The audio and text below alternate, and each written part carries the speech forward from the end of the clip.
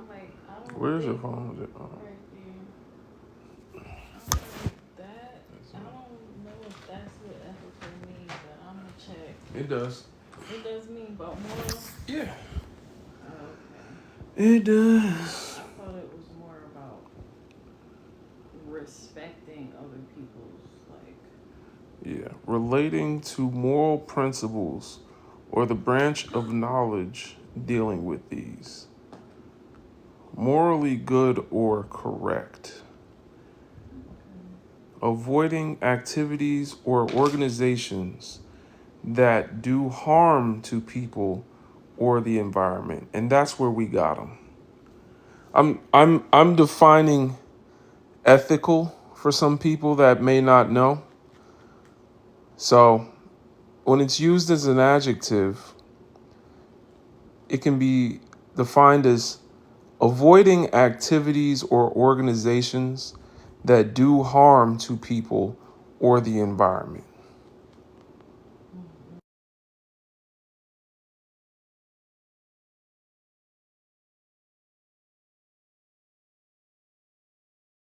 So if something is doing harm, it is not ethical.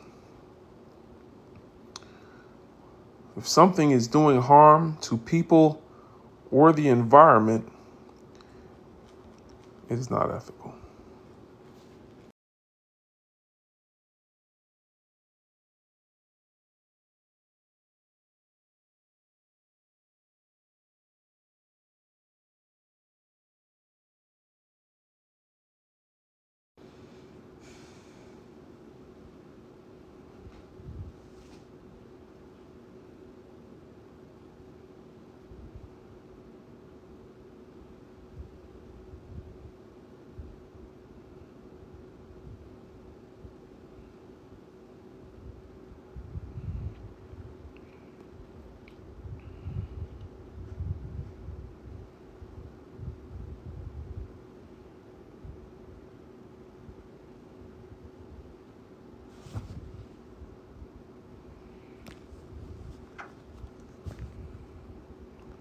Thank you all for tapping like.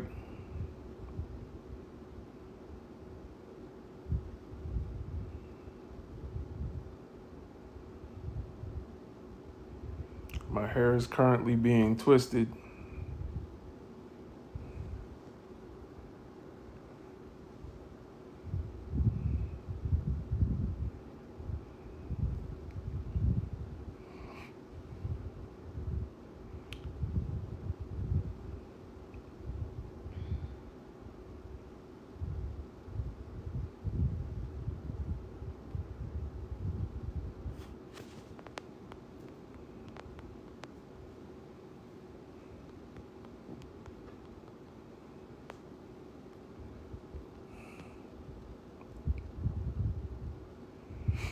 I'm gonna let people up here when we get to 2K likes. Tap like, tap like, tap like.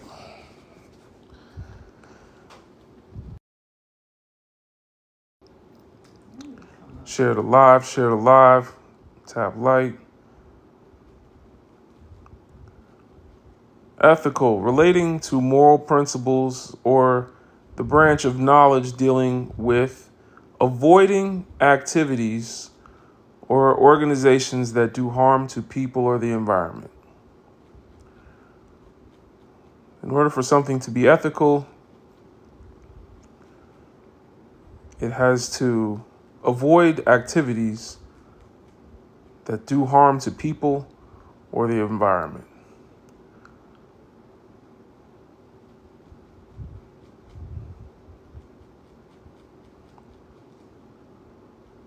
Hey, Sanji. All right, Sanji. Okay. Sanji said, why wouldn't it be ethical?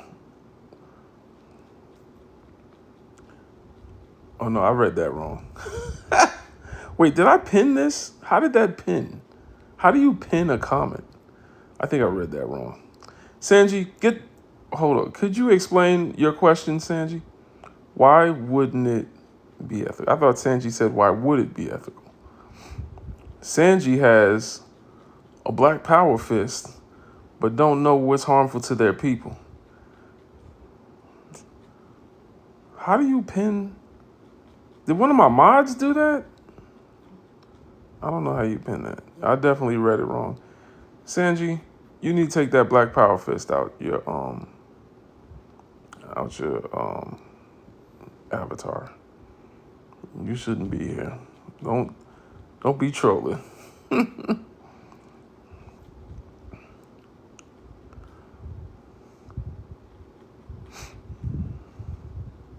You have to hold it and it gives you the option to pin. Let me see. But did I pin that last? Oh, okay. Oh, I can pin it now? Okay. That's what's up.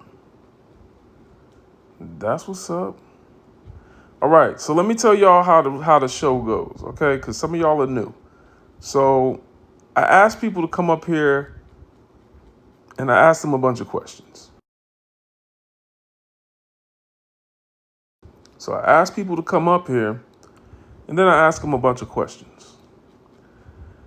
That is how the show goes. Leave your isms and phobias to yourself. We don't want to hear that on my panel. We just want to ask you some questions. We're not here to judge anyone. We're not here to change anyone's mind. We're here to learn. Ain't that right, brothers and sisters? We are here to learn from you. There might be some correction. There might be some correction of any misleading facts that you use. We do have fact checkers in the audience. But all we want is to sit here and learn. So we are now going to unpack some of this with y'all. Come on up. What's up, Chief? I'm trying to come up with the lawyer because it all makes sense over here. No, Some more bullshit, different name. Just enjoying some leftovers. Oh, okay. Okay. If anybody want to know, my name is Blackwing Zero. My pronouns are he, him, his. I'm 39 years old and I'm from straight Oakland. Okay, here's the thing, getting that out the way. I think interracial marriages are, here's the thing, to YHT people, if their intentions are good, it's still kind of a little bit unethical. I'm literally going like this because I don't. First of all, it ain't just me. It ain't just you. I got to deal with. It's you, your family, your friends, your even surroundings. I don't know if I'm basically either your partner in crime or am I your late night fling, your chocolate sundae. I don't know what the fuck. Because the one thing that I can't stand about basically interracial marriages is basically this. What's your intentions? Are you just want to see if something's different? Do you have problems with your previous damn relationship that was the same race as you? Or my personal favorite, are you just want to basically get another notch on your belt? Okay. I don't have many questions, but I think that's a valid point of view. Let's go to, before we go to the next guest, actually, I need y'all to keep tapping like, but I'm just going to go over the definition of ethical given to us by Google, relating to moral principles or the branch of knowledge dealing with avoiding activities or organizations that do harm to people or the environment. So for the purpose of this live, it would be avoiding. So if something is ethical, it must avoid activities that do harm to people or the environment. Okay. So now we're going to go to the next guest. It's a blue heart. Give us your age, race, and pronouns, please. I am 19 years old. I'm African American female, and I'm she, her. All right, talk to us. Me personally, I don't think that it's unethical. Like, if you really love the person, then there's nothing wrong with that. But if you're just marrying someone to, like, I don't know, because I've seen, like, white people that marry black people because their parents are racist and they want to, like, piss them off or something like that. Or just to make a statement, or, like, a white person wants to marry, like, someone outside of their race just to, like, claim that culture. Then that's not right. But if you generally love that person, then there's nothing wrong with it. Oh, Okay, so I I hear you. Do you can you think of any ways that interracial relationships would be beneficial to Black people as a whole? I I No, see. wait. Before we get into it, y'all, I just wanted to say one other clarifying thing about the question. We're talking about the idea of interracial marriages, not interracial marriages in particular, because some of y'all I know are going to come up here and talk about how you know a nice, happy interracial couple. And I just don't want us to go into individualism.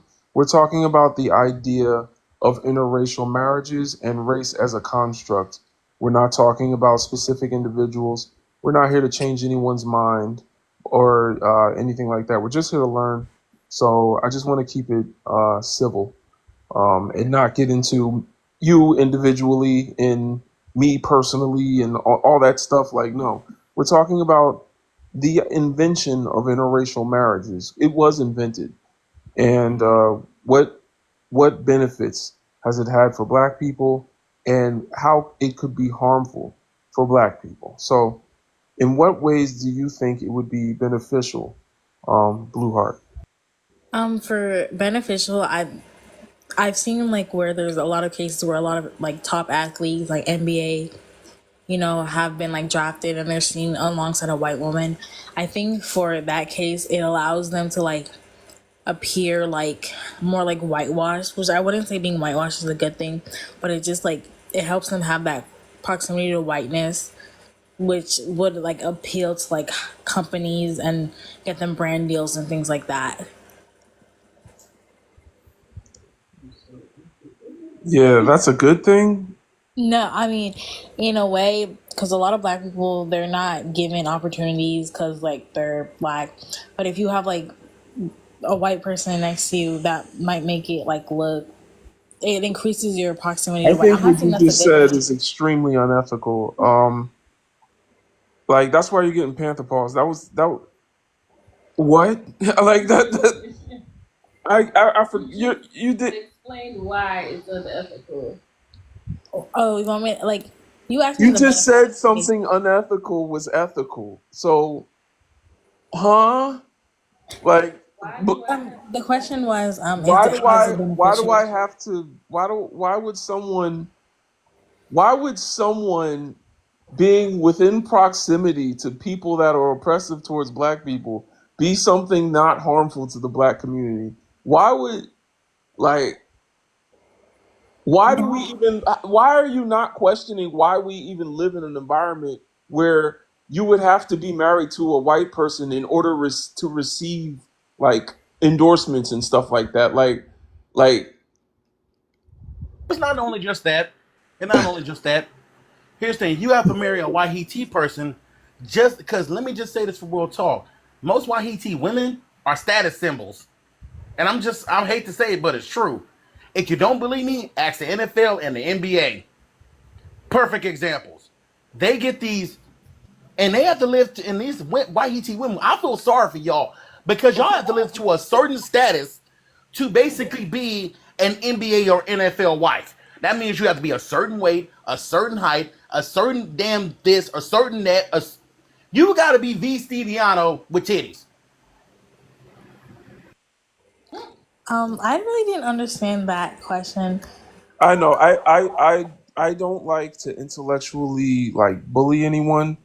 Do you really think you have a in-depth, like, or do you have like any sources so that we can understand your point of view? Any scholars I or don't really have like sources, but I have seen where a lot no, of no, people. no. I don't care about what you've seen. We don't. That's what I was saying earlier. We're not going to do the whole anecdotes and what we personally believe, just opinionated. Like, if you can actually give us, like, statistics, you can talk to us in layman's terms about, that would be really good. But I don't want to make this into, like, a I haven't. thing. I haven't seen a lot of studies that they've done with like, like race mixing or like relationships and stuff like that. Okay. All right. So I'm gonna go to the next guest. Thanks for coming up. All right. Yeah, we're not here to bully people, because I'm gonna be honest. I read way too much to be up here talking to someone that don't know what the hell they talking about. Rolling with boxing. Give us your age, race, and pronouns, please. 27, male, black. All right, talk to us. Bro, she just messed my head up. I'm like, I don't like, like I only date black women, but I don't have a problem with interracial relationships. I'm not checking for no white girl, so I don't care. You know what I mean? I love black women. That's the only thing I date. But me coming up here to say I don't have a problem with it, she just changed my mind. Like it's like crazy. It is just like I was like I just don't like. Oh my god, like that was crazy. And like I have people, family members that in college work for the NFL. They don't even say stuff like that. Yeah. Like, oh god. Honestly, Maybe it is a problem. Maybe can it I, is. can I tell you something? I had somebody come up here a few days ago, and we were talking about unethical relationships. For example, a relationship between an adult and a child. You know, we see a lot of teachers, especially I think today it was a news cycle about a teacher that was messing around with some boys, and how the power dynamic between an adult and a child makes it unethical. And you'll find it interesting how many of them will just try to squirm around when you ask them why that is unethical. One guy came up here and we're like, "Would you say the relationship between an adult and a child is unethical?" And he said, "Yeah." And I said, "Why?" He said, "Because it's illegal."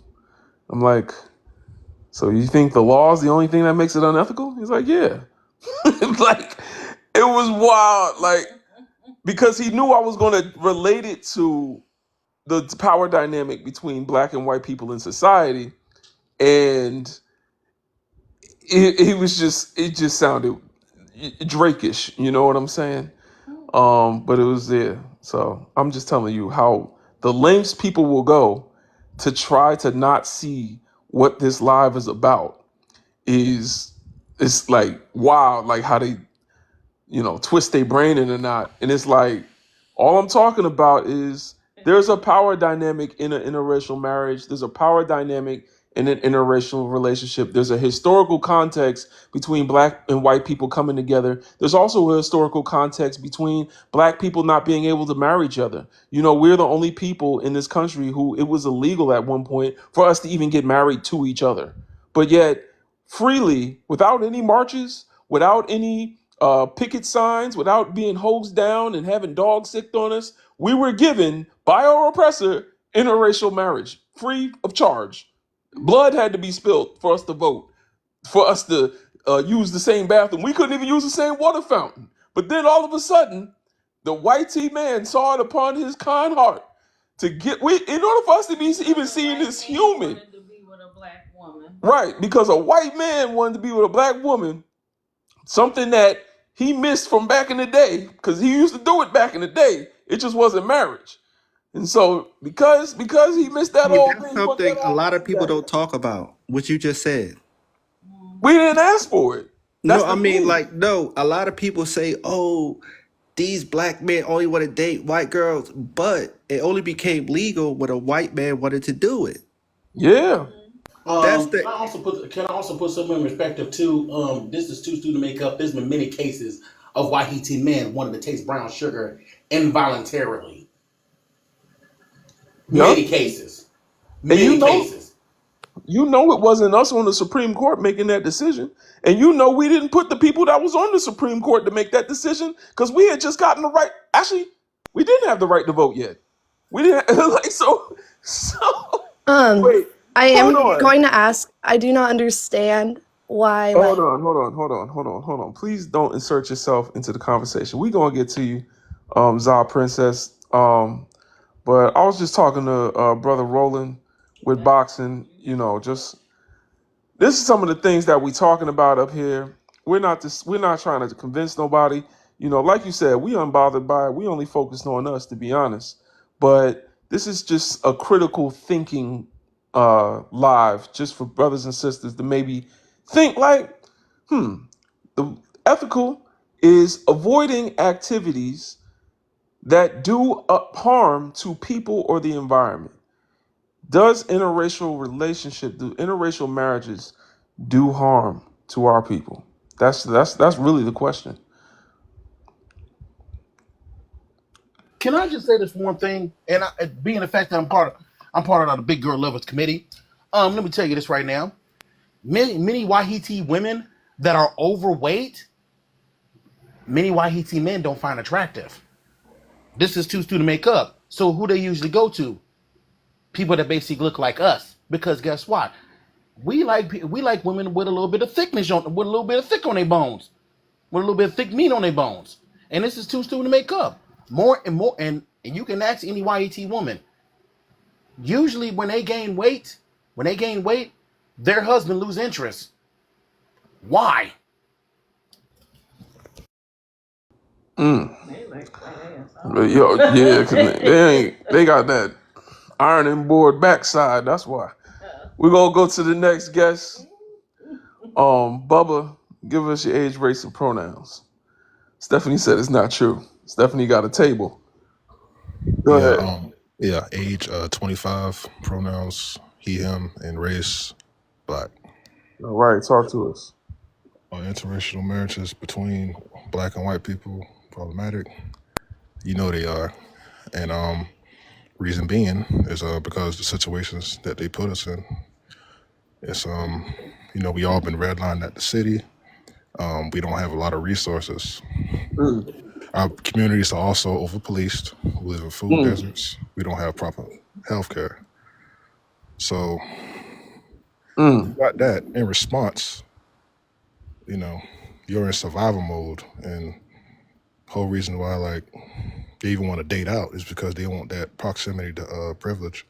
So they seek out people of other race, really YT people, because they're one of the highest earners and whatnot. They also own the means of production. So they can stop, or they have been stopping a lot of black men from getting jobs, and also stopping black women who are also the most educated from getting the proper pay. And that's just in the States. In the continent of Africa, it's the same thing, but in a different, I can't even say different fashion. I don't know. Keyword, trickle down economics. What's that? Keyword, trickle down economics. They want, those 1%ers want to be gods. And usually Wahiti men. Yeah, but they are also doing the same thing in the continent of Africa. So you got the colonizers there. They took over. And they own the resources. Hello. So you can't tell me that the black people over in Africa are dating those YT people because it's quote unquote love. That's far from the reason. They underdeveloped the continent.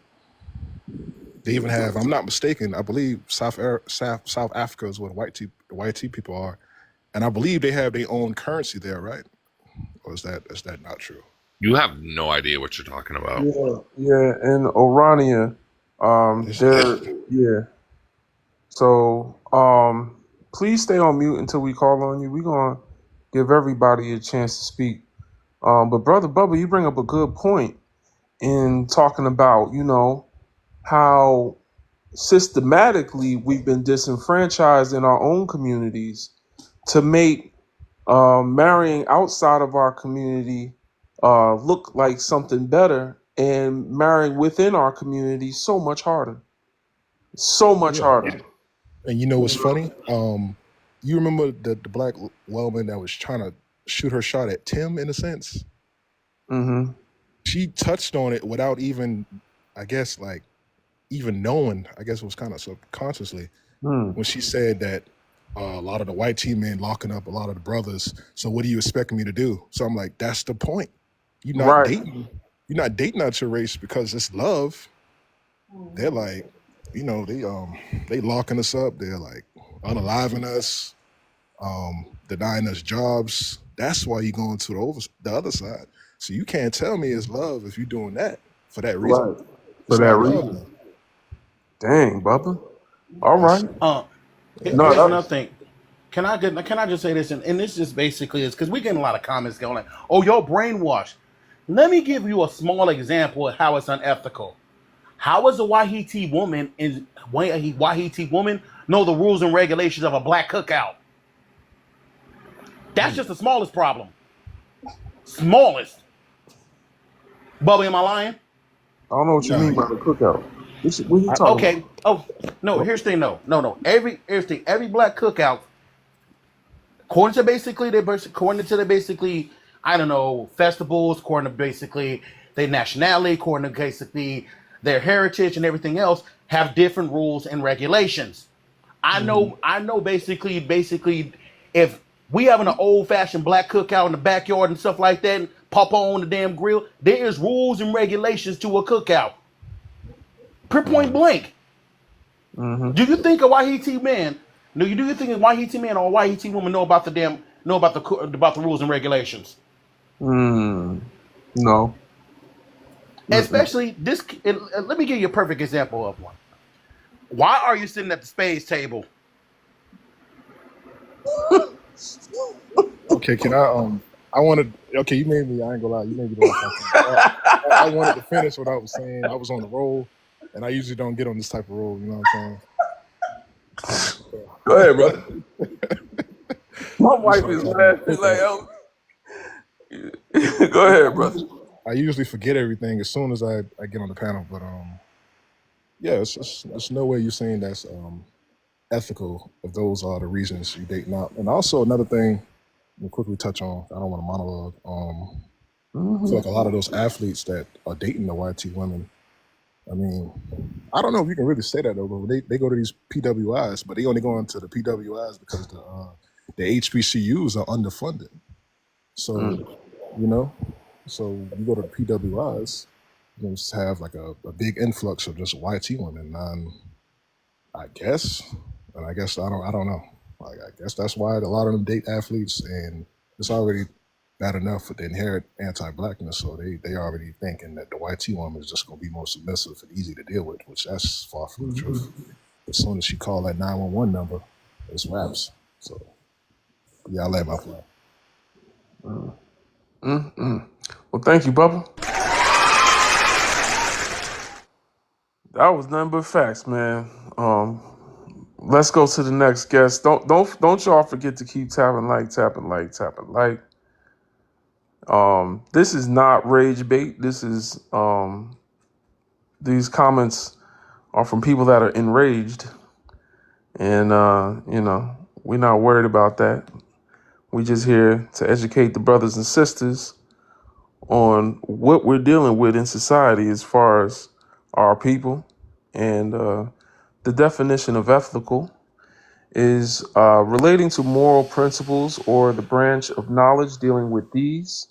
And then it gives an example: avoiding activities or organizations that do harm to people or the environment. Because we're not talking about an organization, we're talking about avoiding activities that do harm to people.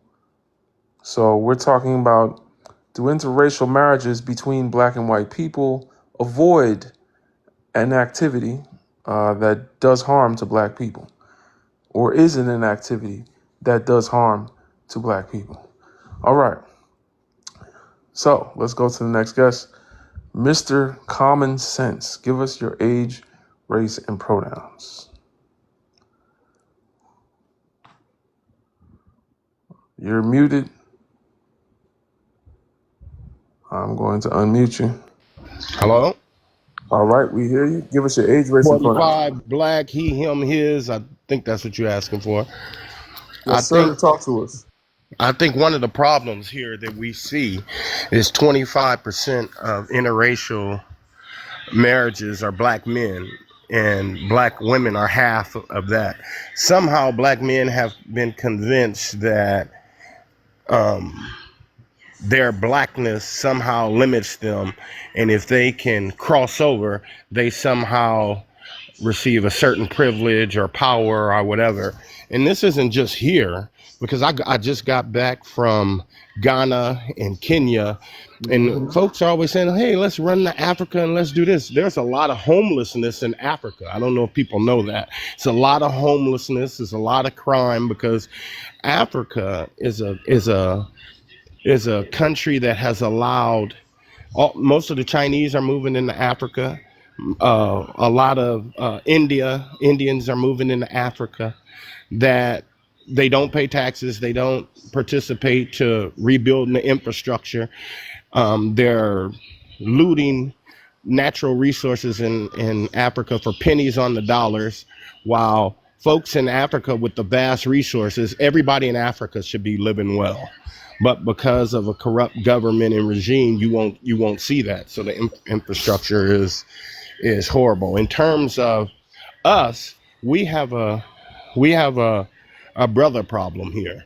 Brothers need to reach out to brothers and re-educate them about where we're at in 2024, how we need to leverage our economics, how we need to teach each other financial literacy, why we need to promote trades and things so that we can leverage our power here. Because Sticking up. the richest This shit look crazy. richest black folks here in the world are here in America. We need to re-engage ourselves and rebuild our communities, but it starts with the men who have to take charge. We're called to lead. We're called to be peacemakers. We have to bridge this gap that we have with women here, and we need to come back home for our own benefit. We need to put ourselves first. We're always fixing other folks' problems. We're always making money for other folks. We need to we need to put ourselves first, our interests first. We need to pool our resources, because time and time again, banks don't help us. And I'll let other people comment. And thank you for giving me the opportunity to talk. All right. So, hold on. All right. There was some things in there. I'm gonna go to the next guest, man. Don't forget, y'all, to keep tapping like. We gotta get to 20K likes. If we don't get to 20K likes by the time we get to the guest after next, we're gonna have to turn the comments off. We are one paw away from Mr. Common Sense being off the panel. I'm not sure what he must have said something. Well, it's over. Shout out to Black is Beautiful. She not playing. All right. Peepin, give us your age, race, and pronouns, please. Peepin. My age is grown. I'm African, and I don't play the pronoun role. I don't get into that. I was born a woman. All right. Well, talk Okay, to so me. so basically you just use I, and that's a pronoun. I just want to put that out there. Okay, well, the zest and the sass, take it to your mammy or whoever else you want to take it to, because I'm not interested. I'm not here for that. No, ma'am. You can't use proper English.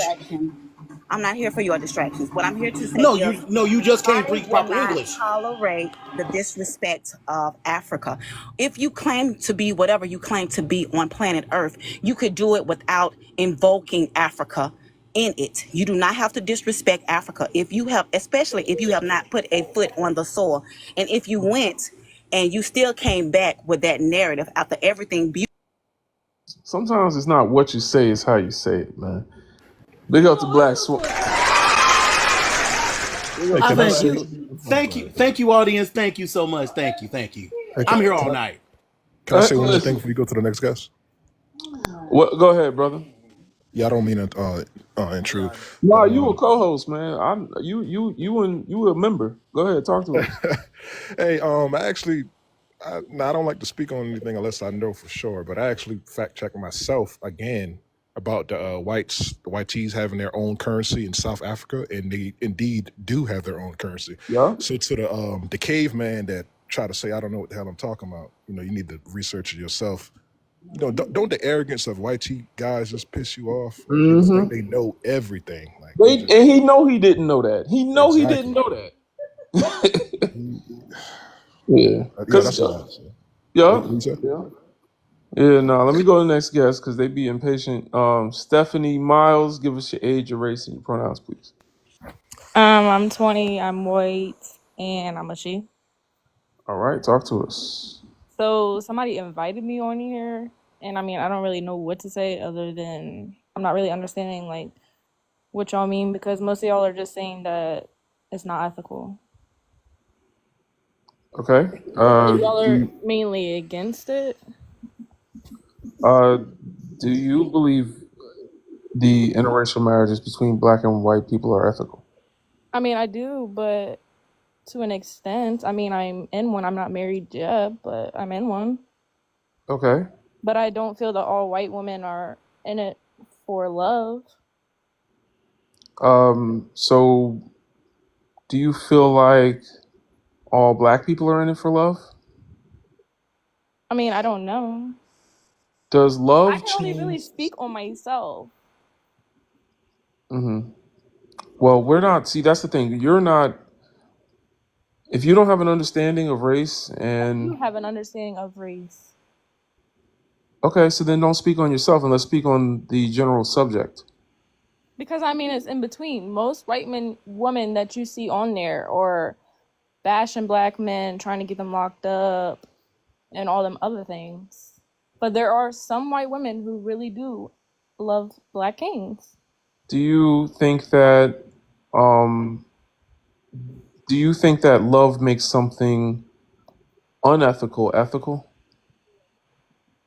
Like if a relationship between a teacher and a student is unethical, would them loving each other make it ethical? No. Okay. So if love is not going to make something ethical, then what is your justification for or qualification for saying that interracial marriage between black and white people is ethical?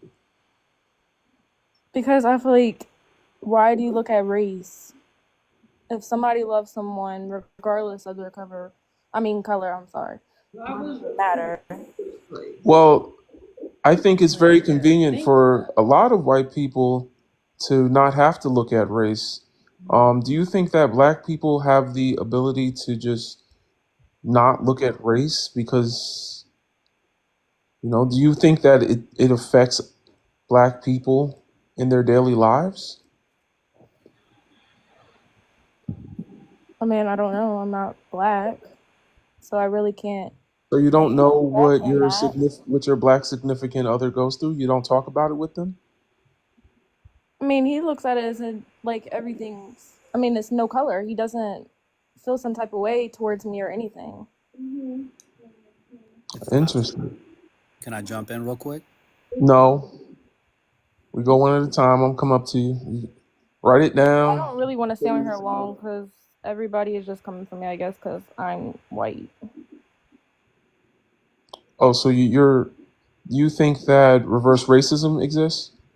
No, that's what it feels like. They're talking about that I buck up to black women and all this other stuff, and it makes me feel uncomfortable because I'm not like that. What do you like? I love black women, black men. I don't care about color. So again, your justification for ignoring race and ignoring the issues of race is love? You think love conquers all?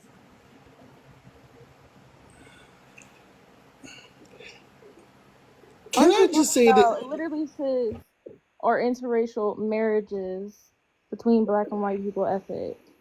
Marriage is, if you're married to someone, don't you love them? Nope, not necessarily, because a marriage is just a business transaction. To be honest with you, Okay, but why would you marry someone that you didn't love? here's one thing though. As you said, you say you don't see color.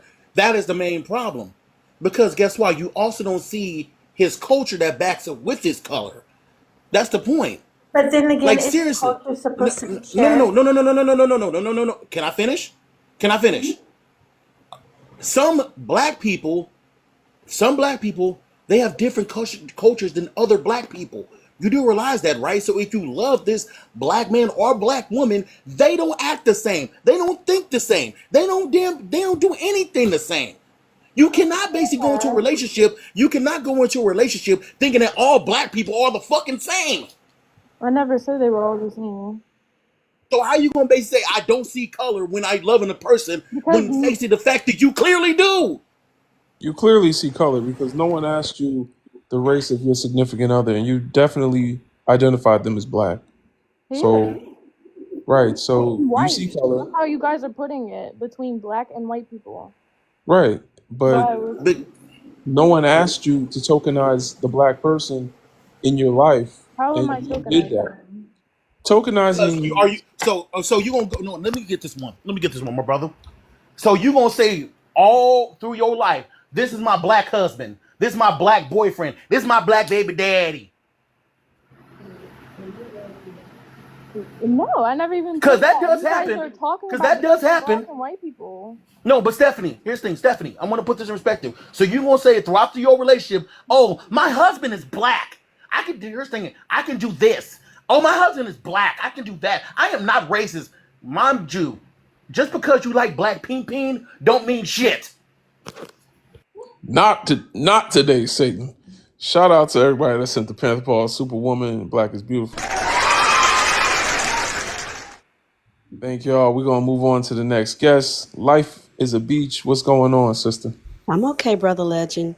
Peace. I need a few more minutes to gather my notes. If I can, you can come back to me. All right, all right. All right, thank you. I'm getting my hair, straightened up and made to look nice by my wife right now. So excuse me for not being all in the camera today. Please stay on mute till we come to you. We're gonna give everybody a chance to speak. Black first, give us your age, race, and pronouns, please. I'm 30 and black. All right, The talk only to us. no, what I was gonna say to Stephanie was, for as far as interracial marriages go, is it more of a power dynamic type of marriage and not marriage as just being genuine? That's what I was gonna ask her, but I guess she left, so it doesn't even matter anymore. So basically What white was the women, question again, brother? like, is it more of a power dynamic type of marriage? Meaning the white woman would basically control the black male.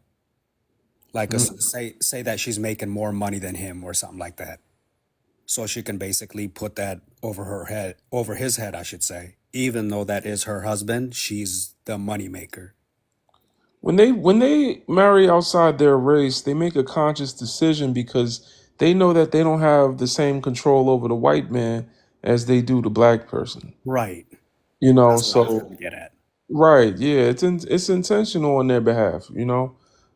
And then a lot of times, the reason they end up with a brother in the first place is because at some intersection in their life, um, white patriarchy rejected them or was something that they didn't see themselves fitting into. So that's the thing. They'll be to Taylor Swift if they get the chance, but as soon as they get rejected, they become Kim Kardashian or something.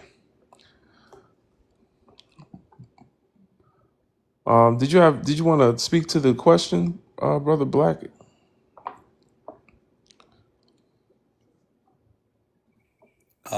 You can go on to the next person. All right, I'll go to the next person. Thanks for coming up. Queen Lovely, give us your age, race, and pronouns, please. I'm 45, I'm white, and I'm a she, her. Word. Mm-hmm. All right. You got two soccer players. Yep, the one in white is my husband. Oh, I see. Okay. Mm-hmm. So, go So ahead. I've been married twice. My first marriage was 21 years, and I was married to a black man from Panama. We have mixed children, and it was a beautiful marriage. You know, things happened, we separated, and eventually got divorced. I didn't ask you none of this. Could you answer the question? Yeah, All right, yeah, talk to I me. absolutely think it's ethical.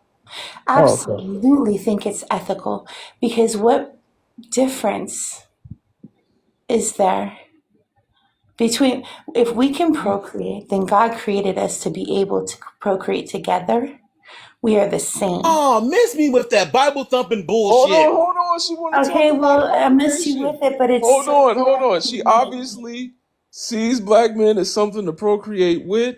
That was No, wild I state. see black That was men, that was. and Hold on, because this black people in this live. That what you just said might have triggered some people. Hold on, y'all. Big up to all the brothers that know they are more than something to just be used for procreation to make little Meghan Markles and all right. Don't all the right. So purpose of marriage is let's understand the history of black men being used and fetishized in order to make up for white infertility. Also, All right. can I So can I say now, something? I've traveled all over the all world. right. And Yeah, my, I'm sure your colonizer ass did travel all over the world. no, Like I if I mute you one time and you come off mute, you gonna travel to them comments. Go ahead, Bubba. What was you about to say? I just wanted to quickly ask, like, can she stop talking in that hotline accent? You know, you know how they like when you wake up at 3 in the morning, them My hotline man, commercials. my man. What is she talking about? But no. Can't she stop bringing up the Bible? Because I'm going like this though. This is a religion that's been forced down black people's throats for years. Matter of fact, centuries. So I'm going like this though. When it comes down, oh, it's for God. At one point in time in the Bible, it said basically to mix races, it was against God. And Triple K members have been using that for years. Years. They think mixing is a sin. They created a whole religion on that, which is called Mormonism. Mm. All right. All right. So now let's all take a breath. I just wanted to give everyone time to unpack what was said about the objectification of black men. So now that we all back, we're gonna life is a beach says she ready now. So oh, you ready for your turn? Okay, all right. So we're gonna go back to Queen so she can let this mayonnaise off her chest. I'm gonna mute and I'm gonna just let her talk to us and monologue a little bit and give us some of the justifications behind what she said. okay. First of all, I don't have a hotline voice. I have a normal voice. So let's just establish that. I just want to let you know that we are all human. We're all living men and women on this land. God damn. Whether we have more melanin in our skin or less, we're still human. We are still people, okay? And we have a beautiful opportunity to love each other. Sharing culture is beautiful. Only here in the United States do people cry about race, interracial marriage and stuff. My first husband was from Panama. Second husband's from Nigeria. Ooh, wait. Get her gone, man. Yeah. Yeah, she triggered. Listen, I know the brothers in here that got knowledge of self is triggered right now, but it's all right. Shout out to Sister God Pepper.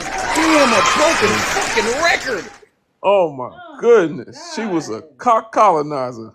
We're gonna go to the next. Oh my Oh my goodness. man, thank you, warrior. I love you so much. Mm, I miss your black love. We're oh all my. human. Get Mm, the fuck out of here. that's crazy. She talking about some I'm crying. What the hell? I'm gonna continue. She said we crying, y'all. Mm, Like, stop all that. mm. And that's the thing, is like you want to blame the black men that she be with, but that's the reason she be with them. You know what I'm saying? She's around them intentionally. You know what I'm saying? Like the way society is set up, the black man is going to look at a white T person and try to humanize them because we've been taught to empathize with them. We've been taught whiteness, purity, innocence, goodness. We see them play the good guys on TV. I don't know how old some of y'all are, but I remember when the Avengers was all white. You know what I'm saying? Like they added Black Panther and all that, but there was a time when the Avengers was all white folks, and Superman was white, Batman was white, Wonder Woman was white. You know what I'm saying? Like it's like you want to blame the brothers that she be with, but at the same time, she's a colonizer. She's upset that we're sitting here saying that she might not be ethical in having access to black bodies. She's clearly thought we would be complimented by her saying that we were human. Like, whoa, we're human. I was offended. I wasn't. Right. And then I travel to places my people have conquered, and that's where I find love. I just happen to find love in places that have been decimated by my people. Like, you know what I'm Can you saying? see? I just want to put this out there. Can y'all see how slavery got started? Like, I want to put this in perspective, because let me just say this. There's been many damn evidence when Wahiti women, because y'all married at a young age, y'all wasn't sexually attracted to your husband. So guess what? You are morally sexually attracted to the muscle-bound dudes that's working in your fields, making you rich. And guess what? If they found out, because guess what? There was no contraceptives back in the day. So there was. So I'm going like this: if your child came out beige, not only you basically put that child to basically the one drop rule, but also the fact that you got this man unalived. And also, Because your husband, brother, let me land my plane. Because your husband think that basically one of his slaves that looked mostly like the child. This what they did. Basically, they thought they essayed her. I was just gonna speak on the some of the black men that think they doing like getting back at the YT man by getting with the YT woman. And the whole time, as soon as you touch that YT woman, they're nothing to the YT man. So, and I want to say Dr. Frances Cress Wilson said something like that when she mentioned, I don't want to misquote her, but she mentioned something about black men using their eggplants, and the white man has his pew pew, whatnot, something along the lines of that. The And great equalizer. Yeah, they feel like they're getting back at the YT man by getting with his woman, but the whole time you get with her, they not she can't go back to that community. That's how they do it. Right. How is that getting back at them though? I understand Dr. Cress Welsing that you're talking about, but I'm not understanding how are we getting back at them by doing that. Well, no, he's saying that some brothers are confused and believing that they're getting back at them. But if you know Dr. Francis Cress Wilson, do you know what WGS is? Do you know what WGS? Yes. All right. So yeah. So he's saying, some brothers, tend to think that they can leverage that in a way to activate their innate fear of a world that doesn't look like them. And that would be, of course, a misconception on behalf of the black man. But there were some Black Panthers that thought that way too. But yeah. All right. The other thing I was going to say, because you said it earlier, would we even want those black males that go and have like interracial marriage? Meaning, like, I don't see how they benefit us, because you can already tell by their state of mind what kind of, like, how they think. So why would we even want them if they decide to go and marry outside of that? Well, that is true. Yeah. At that juncture, we should deem them compromised. The only advice I've even given in public spaces like this is, go ahead and be an anti-racist. Like, you know what I'm saying? Like, if you're going to make your life having a proximity to them, then, join them in dismantling racism. But that's not our focus. Our focus needs to be building us. So, building amongst ourselves. Do you think you can be about BLK people and still marry outside of that? Absolutely not. It's impossible. Black consciousness is a retention of your African identity and a rejection of white supremacy, according to Steve Biko of South Africa.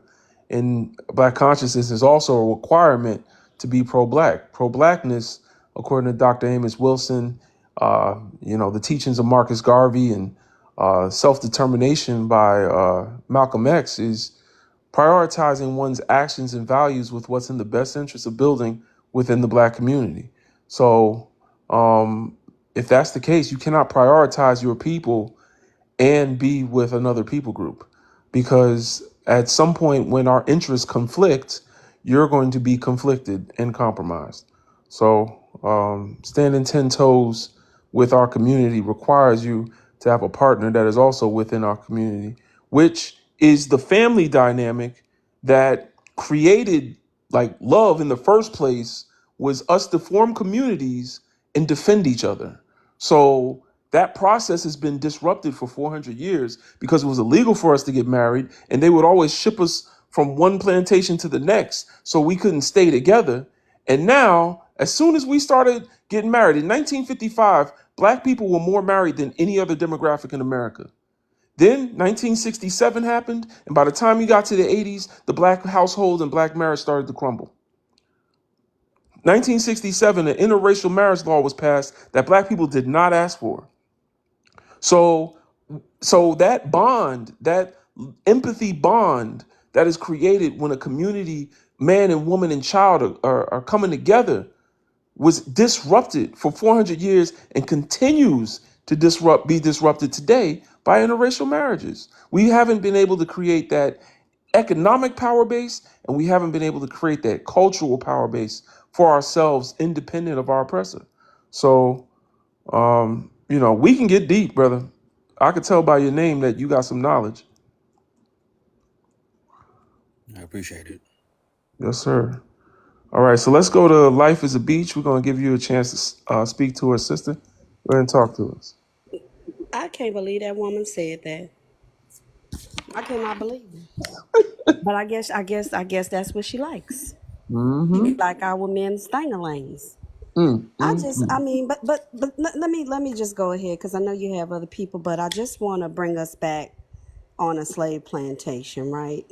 Mm-hmm. And these white women, they would hound these men to lay down with them, threaten these men to lay down with them. Some of these men would be married to their slave wives, and they would do this in that woman's face with this man, threaten to sell him, threaten to sell his wife, threaten to sell his children if he would not lay down with her. Let me tell you something. A lot of times, like what the other brother said, they would get pregnant by these black slaves, and they'll know they're pregnant, and they would approach our midwives, our black slave midwives, because they had medicinal things that they can do, and they knew how to terminate pregnancies, and they would terminate them time after time after time, and would still want to lay up with that black man, and then threaten those midwives that they better not say nothing. You see what I'm saying?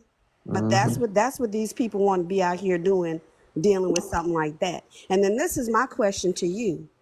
If somebody was doing that then, and I say this all the time, Brother Legend, and you're talking about, they not like that. Oh, they're good. They're this, they're that. If you had all of them were doing it at that time, all of them. And here we are in 2024. What the hell progress did they go through between then and now that makes them so good and so different? What work did they do? What transformation did they go through? I just need the next person that come up here, don't bring your ass up on this panel. The next YT person that come up here, you better have a good answer for me. And that's all I got to say. All right. I heard that. Well, thank you, sister, for that contribution. We're going to go to the next Can I guest. say something? Before you go, sister, we got one more person in front of you. Hold on to it. We coming. November, I think it is. Give us your age, race, and pronouns, please. I am African American and I'm 23. All right. right, talk to us. Honestly, personally, I really don't think it's unethical to a certain extent. Like being married to a white person, that's a total different story. Now dating one, have sexual intercourse, cool, but I don't disagree with the whole it being unethical. I feel like I Define feel like ethical. You sound like you got a lot going on behind you, November. yeah, that's my aunt. Yeah. Hey, Wait November. till Define ethical.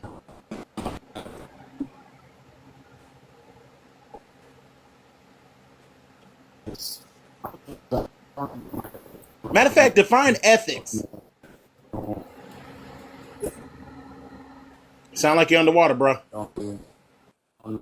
Yeah. I don't know. I don't think I November can join. What?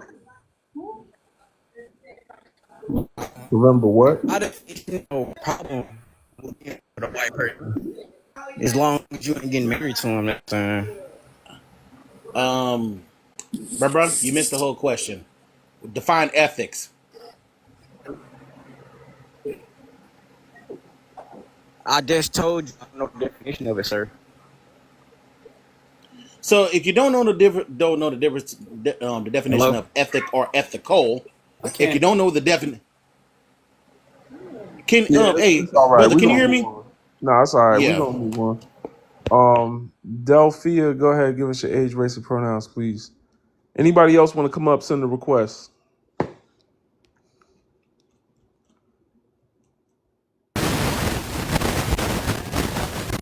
What in the world? Damn, I didn't know we had broadcast television. It's bringing me back. Delphia, you there? Oh no, not at all. Is I Love Lucy coming on? Do do do do do do do do do do. She about to play it while she.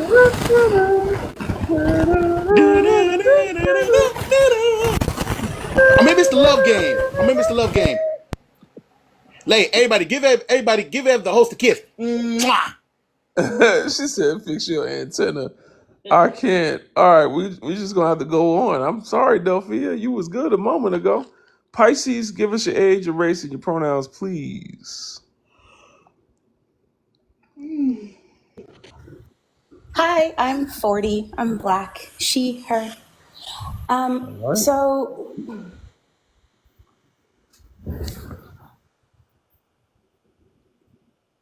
I think that the answer is no. That's just my input from my personal experience. My first husband left me for a white woman, whatever.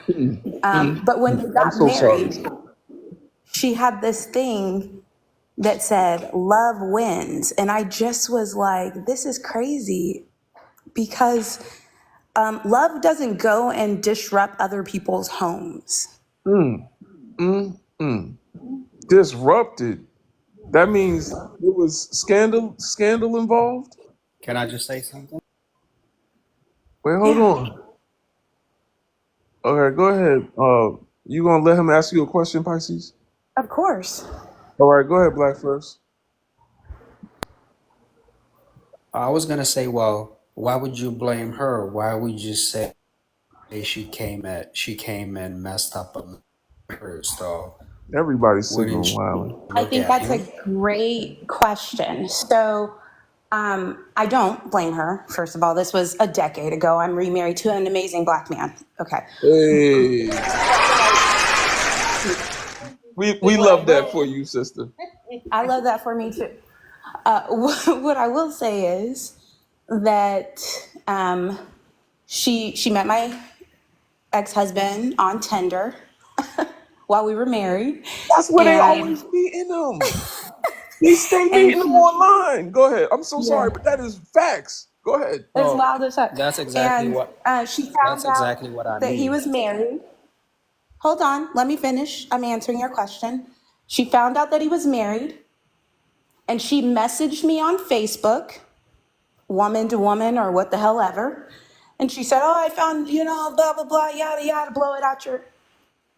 I'm going to leave him alone. I never saw that message because, when you're not friends with people on Facebook, you don't see junk. 2 years into their marriage, I found that other inbox. So they both own the blame, but the love wins thing is what I get hung up on because it insinuates that what white women offer is right, and I'm gonna disagree every fucking time.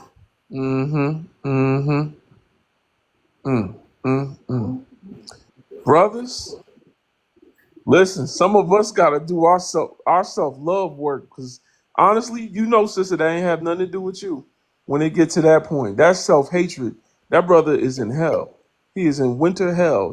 Like in Game of Thrones, they got Winterfell. He's in winter hell. And wait, your ex was a black man, right? Yeah. Oh, okay. He's a black man. Oh, okay. Yeah, it's a black man. All right. Yeah, that's what I'm saying. Cause the interracial. Listen, y'all want to keep it a band.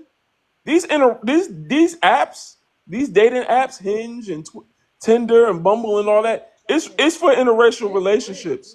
It's in their commercials. Like if you look at the commercials for these apps, you're gonna see interracial relationships. I should have just put Tinder ads behind here, Tinder and Bumble and all that. I'm telling you, that's where they finding them at. That because they're not meeting them in real life. Whatever just happened to, here's the thing. Whatever happened to go into the grocery store in high heels? Am I that old?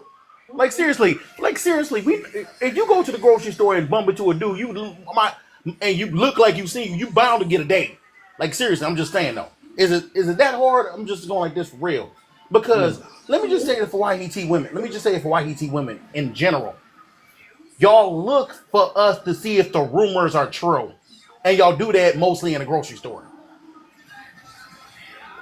If you don't believe me, go to Costco, Smart and Final, Sam's Club, and prove me wrong. Well, they won't find me in the grocery store. I'll be in the seasoning aisle. They don't be where I'm at. But Brother Legend, that makes a lot of sense.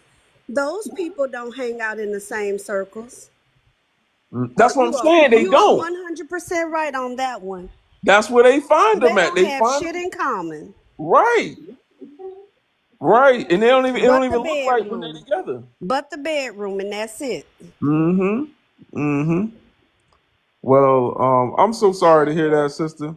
And I'm so I'm glad not sorry about it at all. No. What I'm saying though is, I'm glad that you found a brother that's going to appreciate you and in all your Africanity. You know what I'm saying? Big up to Black Love, man. We love you. And I hope that brother practices. Find himself. Right. He need to. Yeah. he lost now. He in that sunken place. I wanted to say I live in Miami, and then when you see a lot of these black dudes here with white girls, you should just see their attitudes. They just think they're just on top of the world. To be honest with you, it's not even any of those white girls that are attractive at all. Oh no! Hey, black. No.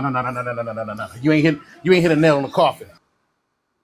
Basically, when you see these black dudes in Miami with these YET girls that's trying to be black, with all these BBLs. I just got a question from the black delegation. I got a question. How your legs and ass don't match? I just want to know. That's Miami.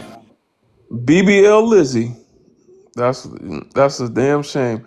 They be trying to get the Sarah Bartman effect because they're jealous of the fact that black women are known to be more curvaceous, and they always want to try to have a dialogue with white men to say that I can do everything a black woman can do, including produce a melanated child.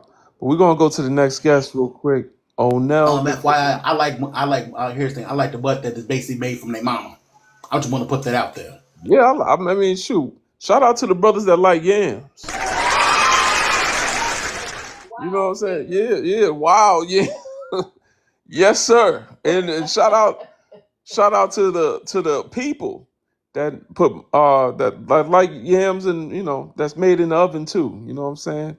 Shout out to all the people, y'all yam eating folks. Y'all put marshmallows on your yams. You know what I'm saying? But I'm talking about the other yams too. You know what I'm saying? Them brown sugar yams. All right, we're gonna go to the next guest. Nell, give us your age, race, and pronouns. Hey, what's up, guys? Yeah, I'm 31. I'm a male, and my race is human, guys. Like, come on, let's. What's my ethnicity? I'm Caribbean. You feel me? Out of here with that, man. Miss me No, with no, all that. let's be Miss honest. me Let's with be all that. We honest, all though. the world. We all the children. Ah, I'm a man, Bullshit. human race, send bro. the Is it pause not the up, human man. Send the race? pause up, man. Is it Swear to not the God, it's human race? always Caribbean? them. No, fuck It's that. always Fuck them that. No, Hey, which Caribbeans, yo, which No, man. part of no, the I'm just which part being, of the yo, Caribbean? listen. Which I'm part of the trying to Caribbean? talk. No, no, bump that, bump that. Which part of the Caribbean? man. Which part? Is you talking about the St. gullies, or you Lucia. talking about the damn? Are you no St. anything? Are you Lucia. talking about the? Are you talking about the gullies? Or are you talking about the basically the areas that you saying you're a native, but you're really a damn dude that basically on a timeshare? Get the fuck out of No, here, no, bro. bro. I was born in the Caribbean, bro. I'm born in St. Lucia. I live in America Which now. Where part? you You born at? Don't Where you St. born Lucia, at is bro. not You don't where know you St. born at. Lucia. Got nothing to do If I with say your Castro, race. Yeah, you going. Shout out to everybody that's at the Panther Ball. Listen, man, don't come up here and you I would don't just know like to say your race. The here's the best thing. I would just like to say this. There are people in the Caribbean that go to the Caribbean islands and basically close shops there. And guess what? They say they're natives. But if you really from the Caribbean islands and you're from the Gully, you really come from an area that basically don't look quite so inviting. So I'm going like this. Which one are you talking about? Lord of Marcus mercy. Marcus Garvey is the only person that we've had as far as black people go get out of to come out of the Caribbeans, man. That's about it. Mm. I mean, you had Stokely from the Caribbean, Martin Delaney. The dude from here's the thing, the dude from we did get the dude from I forgot what his name was. He's the new villain in Far Cry 6.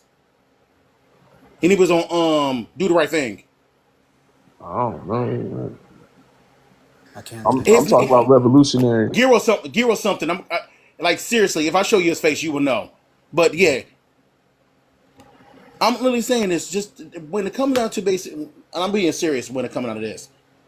Y'all basically saying we're all human. I never met a gully person that said he was basically human. They said they were from the gully.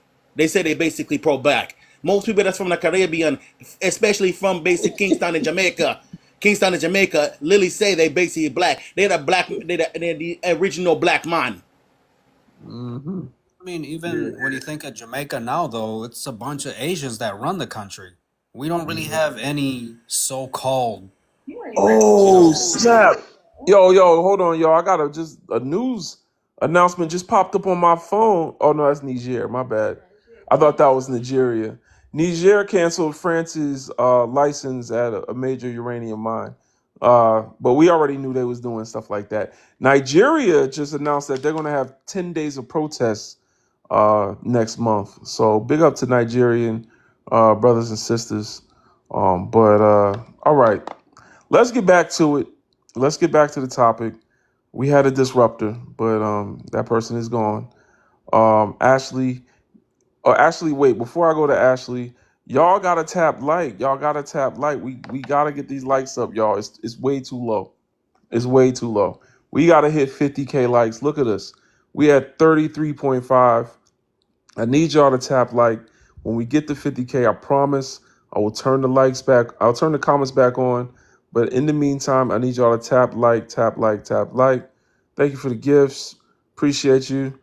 Me, myself, and I. But we got to tap like. Send gifts to the panel as well. Let the algorithm know you're getting something from the live. Ashley, give us your age, race, and pronouns, please. I'm 19, I'm Native American, and I am a female. Not just Native. Uh, I'm Native and female, Russian. you said you're native? Lord have mercy, Jesus. Yeah, I'm Native American. Okay. And what tribe are you from? Blackfoot. Really? You just said that means you believe in pronouns. I just want to put that out there. Oh, she, her. Mm-hmm. Those Okay. are my Well, pronouns. if you're from a tribe, isn't there like a special like name or like Blackfoot? I thought was just like a general So name. Blackfoot is my bloodline. Like I'm Native American, but I was adopted when I was young, so I didn't get that chance to get the native get my native name.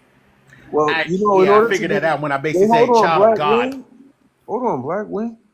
So, in order to be native or an indigenous person, see, I don't think they even like native, but if you're indigenous, it's more than just bloodline. You have to be actually practicing, spiritual No, I connection with don't. the land. No, yeah, If you my do. parents Yeah, are you Native do. American, that means that I'm Native American too. I'm 75% No, that Black means you Prince. also practice. Here's the thing. That means you I am an practice in the ways indigenous because that's person. traditional, ma'am. Because if you practice your tradition, that's traditions that's been passed on from generation to generations, especially when it comes down to native dances that worship the gods they used to I worship. experienced You are, genocide under the Geneva Convention because I bruh, was adopted by white people who bruh. didn't Are let you me experience my listening? Are you culture. listening? Are you Are listening? you fucking Are you listening? listening? Are you fucking Then listening? here's one thing though. Why Black you don't Black practice? Wing. I'm Why? gonna be honest, brother. We ain't gotta yell at them. We know she I just white. wonder why she ain't practicing. She say she native, but why she ain't Black practicing her damn native Black ways? Wing. You got hold on. I Hold was on. You gotta imagine adopted she's when I young, man. was Just let young her. and I experienced genocide under the Geneva Convention.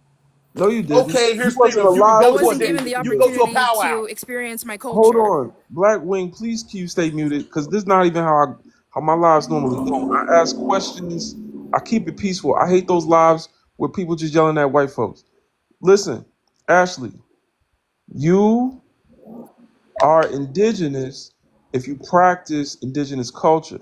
You were not alive for the Not Geneva. necessarily, no. Just no, I experienced necessarily. genocide under the Geneva Convention. How do you experience genocide, please? I was adopted by white people and they didn't even expose me to my culture. So I wasn't given that opportunity to All fully right, but experience it. I call how did you bullshit. stop? Black Wing, you gotta go because you keep yelling at people. Crazy. Yeah, he can't control himself. Ashley, how did you experience genocide?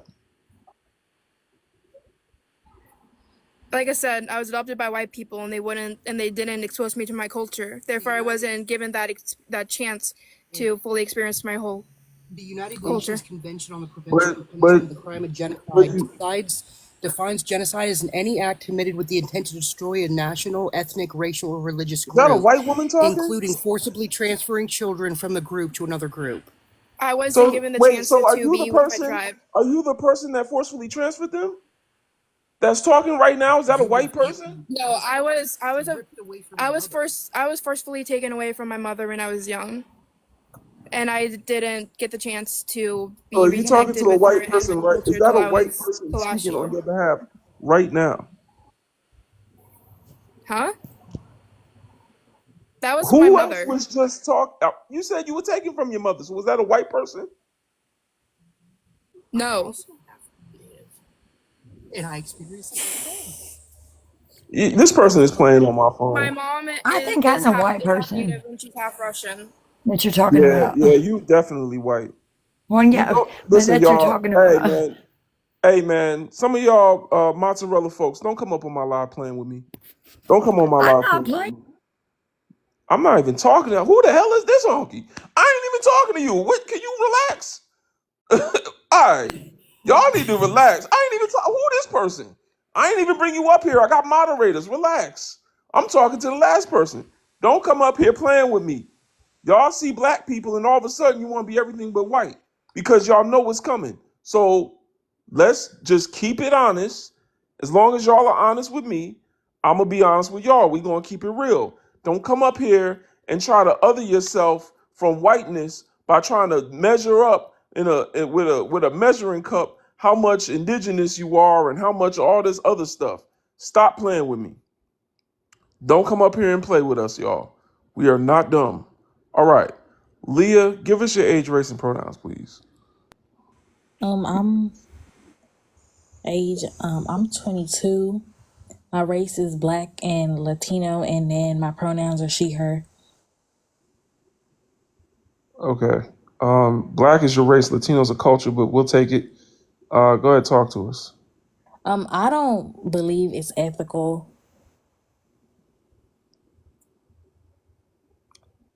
Okay. Because it's basically, from my point of view, what I'm seeing is a lot of these people that are marrying and reproducing, they're like washing out the blackness. Washing out the blackness? Yeah, like I don't know if we can use examples or not of like that Patrick Mahomes, his dad is black, his mom is white, he's half black, and then he married a white woman, and they have a kid that's like, and then he want to sit here and say his child is black, like you washed out your blackness.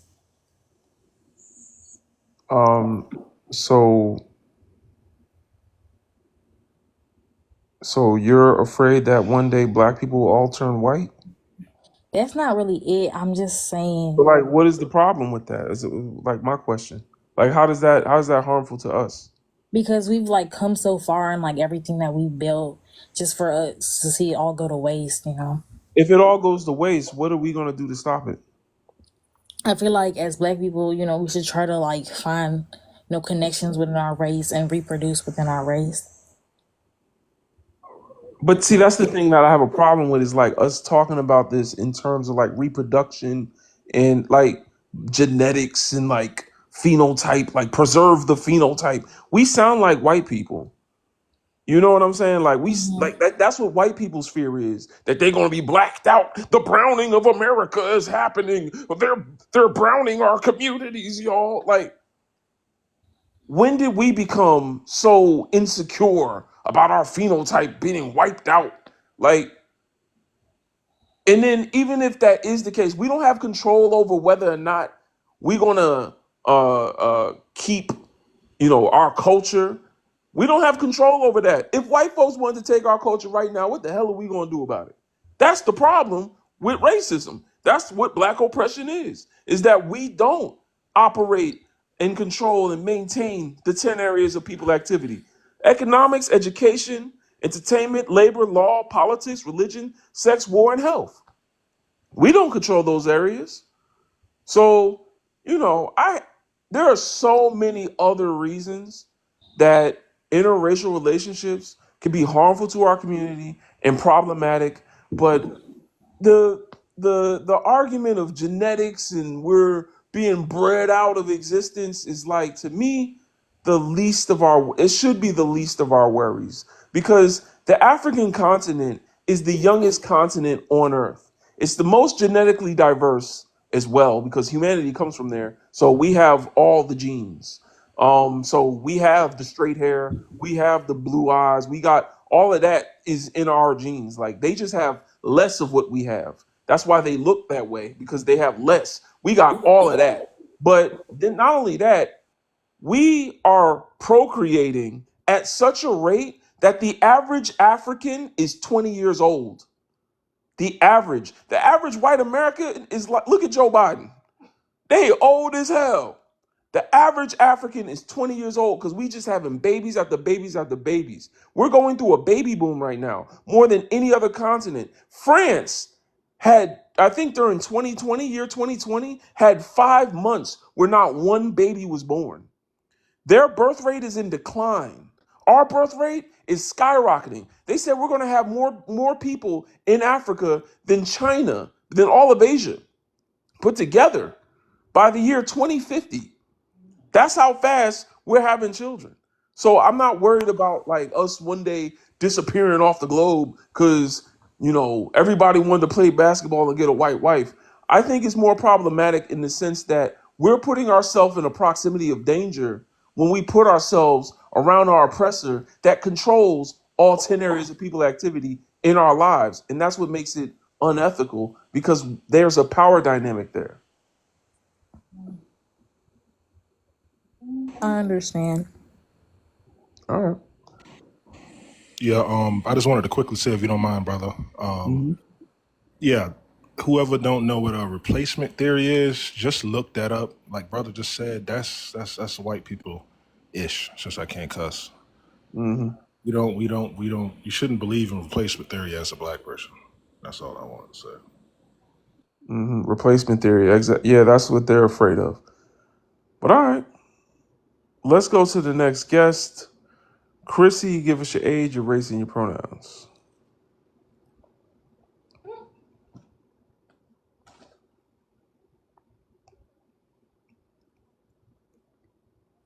Chrissy, give us your age, your race, and your pronouns.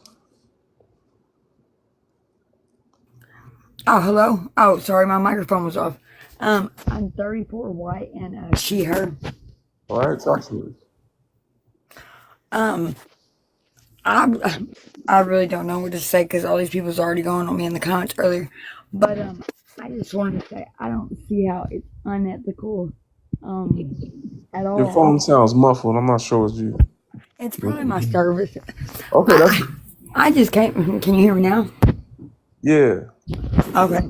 I don't think it's unethical at all. I don't see an issue with it. And I mean, I don't know. I'm ignorant to a lot of things, and I admit that. But I have a biracial daughter, and I don't know anything about black culture. Okay, so like I make sure she goes with family who like does know. You know what I'm saying? But I don't know. I think that biracial children have the best of like both races in a lot of instances, and I don't see anything wrong with it. Like, The best of both races. yeah, my daughter What does. the hell does that mean? Oh, okay. So now we get to the tokenizing part. All right, No, so not just my daughter. I mean, a lot.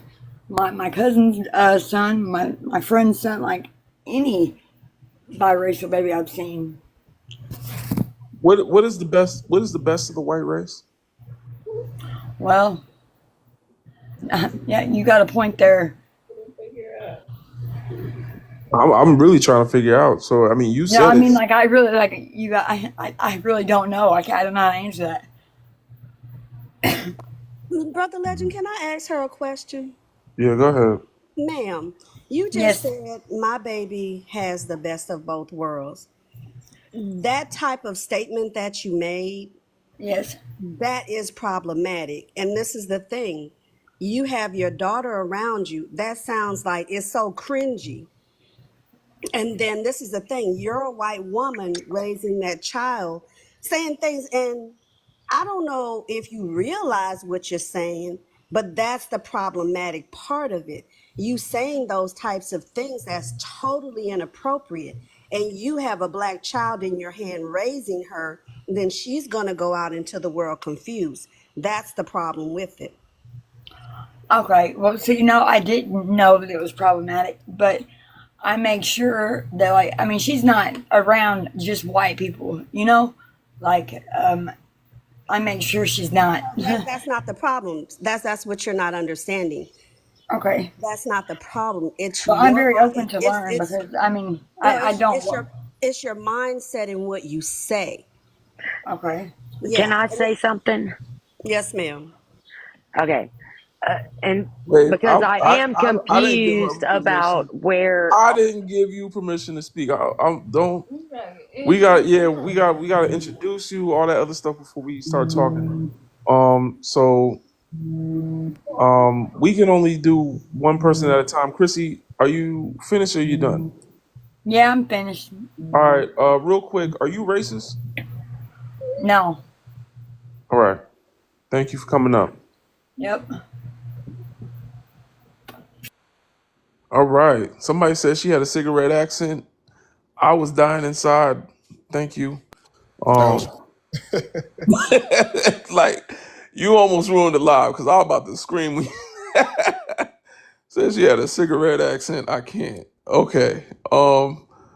All right. So we got DJ. Then we're gonna go to Amber. DJ, give us your age, race, and pronouns, please. Yo, what's up? What's up? My name DJ. I'm a proud black man. I'm 23, and my pronouns is he, him. All right. Talk to us, brother. So regarding this question as to whether it's ethical or not, like just based off of who I read, like talk about Frantz Fanon, you talk about Bell Hooks, they kind of, both of them, powerful black intellectuals, and they knew this stuff. They wrote on it extensively, and yet they both still had white partners. And Bell Hooks in particular would talk about this sort of a thing with gender dynamics. And so she understood misogynoir and how men have these kind of like these biases and these ingrained ideas from patriarchy. And it's the same with white people and white supremacy.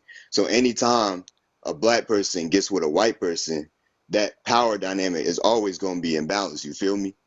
But I don't think that inherently makes it like unethical.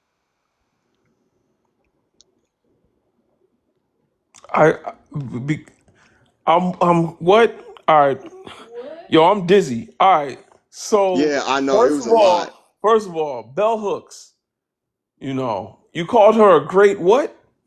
I said an intellectual You powerhouse. mean She the was, same Bell Hooks that had smoked for so many black other intellectual powerhouses that were black men, but also you're saying she had a non-black significant other? The Bell Hooks yeah, I remember was celibate, but she had a I mean, non-black. yeah, she had a partner. She had a white partner. That's like Oh well wow! established. So this is adding to my list of anti-blackness from Bell Hooks. But so she had a white partner. She talked she had a lot of smoke for black, voices that were men. But then also she, was cool and praised Gloria Steinem, someone that the CIA paid to infiltrate the Black Panthers. That's documented. Like, it's actually documented that she was paid by the CIA to get black women during our revolutionary period, or if during the Black Panther and the Black Power movement, for to convince black women that black men were the problem. I don't know. I just think Bell Hooks is problematic in this context, but there are things we can learn about her perspective, of course. So I don't count her all the way out, Yeah, but I mean, really I heard compromised. about that theory too. I know what you're talking about. It's just like I feel like that's kind of a bit conspiratorial because again, during that time there was a lot of rats, there was a lot of infiltration in the Black Panther Party. And so I don't know if you can No, really but hold we that. know that Gloria Steinem was paid by the CIA, and we Well, know that yeah, she I took mean, those funds but did Bell and Hooks know stood that? next to what? But did Bell Hooks know that at that She time though? had to know that. There's Yeah, but that's no what I'm way saying. It's she's unconfirmed. It's that black unconfirmed though. intellectual. There's no way that she's that black and intellectual and she doesn't know that Gloria Steinem was a spook. This is, and then even at that, if you watch the interview where the two of them were on stage, she had nothing but praises for Gloria Steinem, her white counterpart, but will sit there in front of Gloria Steinem and talk down on her own people. I think that's problematic. I mean, Yeah, no, I mean that is problematic if that is true. Like, the you B1 know. code says we're not even supposed to be talking like that in front of mixed company. But anyway, all right. So I mean, I'm let trying me to get end back up. to the main point. The Yeah, I'm main trying to point, get like, back to. All right. So you sound like you believe black oppression exists, I know it exists. I and you mean, sound come like on, like, you understand that the reason black oppression exists is because racism is a global system controlled and maintained by I'm sorry, a by global white system supremacy. created by white people to control and maintain all non-white people, and it's specifically directed bullseye on our back, black people. Like it's built to continue to oppress us. This is coming from Afro pessimism. Brother, what's his name? Dr. Wilderson, Frank Wilderson. So we understand all of this. You have to understand all this. Mm-hmm. And so you understand the power dynamic is there. Yep. And you still fall to the conclusion where it's ethical. I have to hear your logic. Okay, so going back to what I was trying to say before about understanding how that power imbalance is always going to be there, you can relate that back to gender dynamics as well. No, you can't. Not Because, in the black community. Not well, in the black absolutely, community. I was talking about That's why misogynoir you brought earlier. up Bell Hooks, because that's what she believed, and that's why she got along with Gloria Steinem. Because Gloria Steinem was paid by the CIA to say that black women were being oppressed by black men the same way white men oppress white women. And that's not true, because black men are not considered men and black women are not considered women. When they become black, they become non-human or subhuman. Until we have equal treatment as humans, then blackness is a term that denotes a prisoner of war. We are, of course, male and female prisoners of war that experience different types of oppression from the same oppressor. But to say that black men have ownership over a system that can oppress their counterpart is inherently, that's just a misconception, because that would say that black men benefit from harming their own community.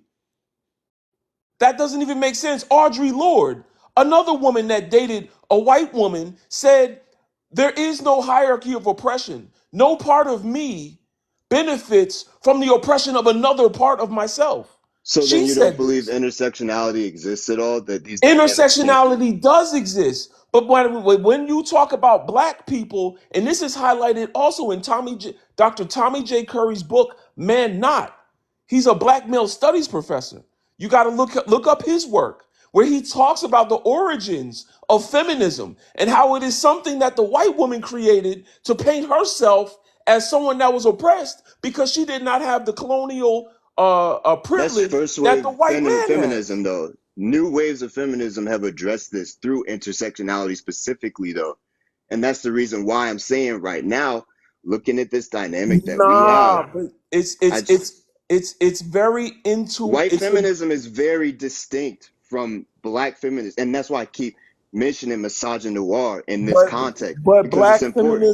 black feminism should be directed at white men, not black men.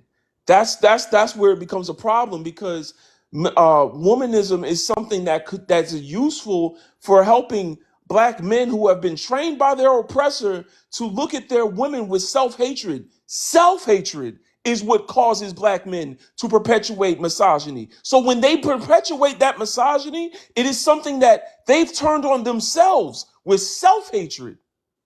And that's what Well, I'm trying to I would say. agree with that. So I if think it's that a lot of black self-hatred, men have that. self-hatred cannot be something you benefit from. Self-hatred, even if it's directed at someone else, it is still self-hatred. That's what I'm trying to That's say. not entirely true though, because even in this context, black men do benefit from misogyny continuously, man. Like, I don't How? understand, Name one dude. black patriarchal institution. I'll wait. It doesn't have to be institutional, but you can even just look at Yes, it just does. relations. Yes, it does Oh, have to be okay. No, institutional. I'll give you one. I'll give you one. So there's black men that abuse their partners, and then their partners are less likely to call the cops on them for fear of that retaliation. But That's why? All right, all right, all right, all I right. know that I that understand that. intersects with I white understand patriarchy. that. But here's I the know it thing. understands. Their fear of retaliation, that's not the reason they don't call the police. They don't call the police because there's a racial dynamic that when the police arrive, the black woman will be looked at as the one that needs to be put into handcuffs. The black woman also understands that when the police arrive, there might be, pew pew pointed in unaliving the black man, because Yep, she that's understands that when the police arrive, we all just black. The police are not going to say, "Oh, you're a woman. Oh my goodness, you need help," or "You're a man and you're the one that called the police. So we're going to make sure you're straight." The police arrive, and yet again, it highlights what I just said. but the end When you result is talk still the about black same. Black people, Yo, women are we're still not being men and women. subjugated by abusive black I'm male not trying to partners. stifle what y'all are saying, but just to add to what the host is saying, I wasn't. I wanted to hear him, but I probably just wanted to hear him because he sounded like he understood what I was saying. But I've unpacked this work already, brother. If you want to give us your age, race, and pronouns, you could talk. but you gotta introduce yourself first. Abednego. Sorry. Yeah, Bendigo. Age 44. He, him, black. All right, talk to us. Like I date all across the board. Like I'm not partial like that. I don't think it's unethical. And I have dated a white All right, girl. never mind. We don't want to hear what you gotta say then. All right, so I don't want Bitch to hear ass what you nigga. gotta say then. Nah, you good, bro. You good. Never mind. Anyway, so Hey, what I'm host, trying to say is host. there's Let me. I yeah, just go want to hear ahead. what he says, though. Can we let him speak? But then we're gonna have to move on from the last guest. It was a good conversation, DJ, but Yeah, I mean, we I we're get gonna have where to move you're on. coming from too, and that's why I'm I trying to want come you at to it. read Man Not by Tommy J. Curry. You said Tommy He J. Curry. Tommy J. Curry, man, not. The thing about it is, brother, that this idea of a race of a intersectional hierarchy that places black men above black women is that it gives black men the idea that they're able, the illusion, right, that they're able to benefit from patriarchy. And that is something that is inherently detrimental to black men because anything that happens to a black woman is going to make the situation much worse for black men. But we also need to remember that being a man or being a woman, once you're labeled a prisoner of war, is it's not it's both sides have a dark side. Both sides might be better in one area than the other. But at the end of the day, there's empirical data to say that it's not better to be a man in the black community just because a white man instilled a system of patriarchy. Because the white patriarchy deems the black man the biggest threat, and it deems the black woman as something to be conquered and used. So we see black women getting more jobs than black men. We see black women getting more education than black men, but they only use black women never to treat them for what they're worth. And then you see black men being incarcerated and unalived at higher rates. The biggest population in America to actually have a decline in life expectancy is black men for this reason. 60%, actually 66% of slaves in the slave trade were black men. So this is a system of patriarchy. These are institutions of patriarchy that immediately see black men as a threat. And that's word to Dr. Francis Cress Wilson as well. But I got to move on. Bell hooks, Can I y'all gotta be ask a careful of her. question real quick? And it's just one question. And I've she's never going to been on agree a with live everything you just before. said. Watch this. All right, go ahead, Amber. Give us your age, race, and pronouns. I am 46. I am female, a woman, an actual woman. But she, her, do you prefer those I've pronouns? never been on a live before, but I always watch them about the white versus black. All right, real And quick. I She, her finally pronouns. Do you use decided, pronouns? She, her, is that okay with you? I'm she, her. I'm a All woman. right. And Okay. your race? Well, and that's why you're the first live I've ever come on because I'm very confused about my own family because I've watched a lot of like black, white lives and stuff, and I'm trying to come together with it. But in my How you don't family, know your race? Anyone that doesn't know their race, I'm about to tell you my race. That's anyone the that thing. doesn't know their race No, is I'm about instantly to tell white. you I'm about to tell you my race, and that's why I decided to finally come on. Actually, you're live for the first time.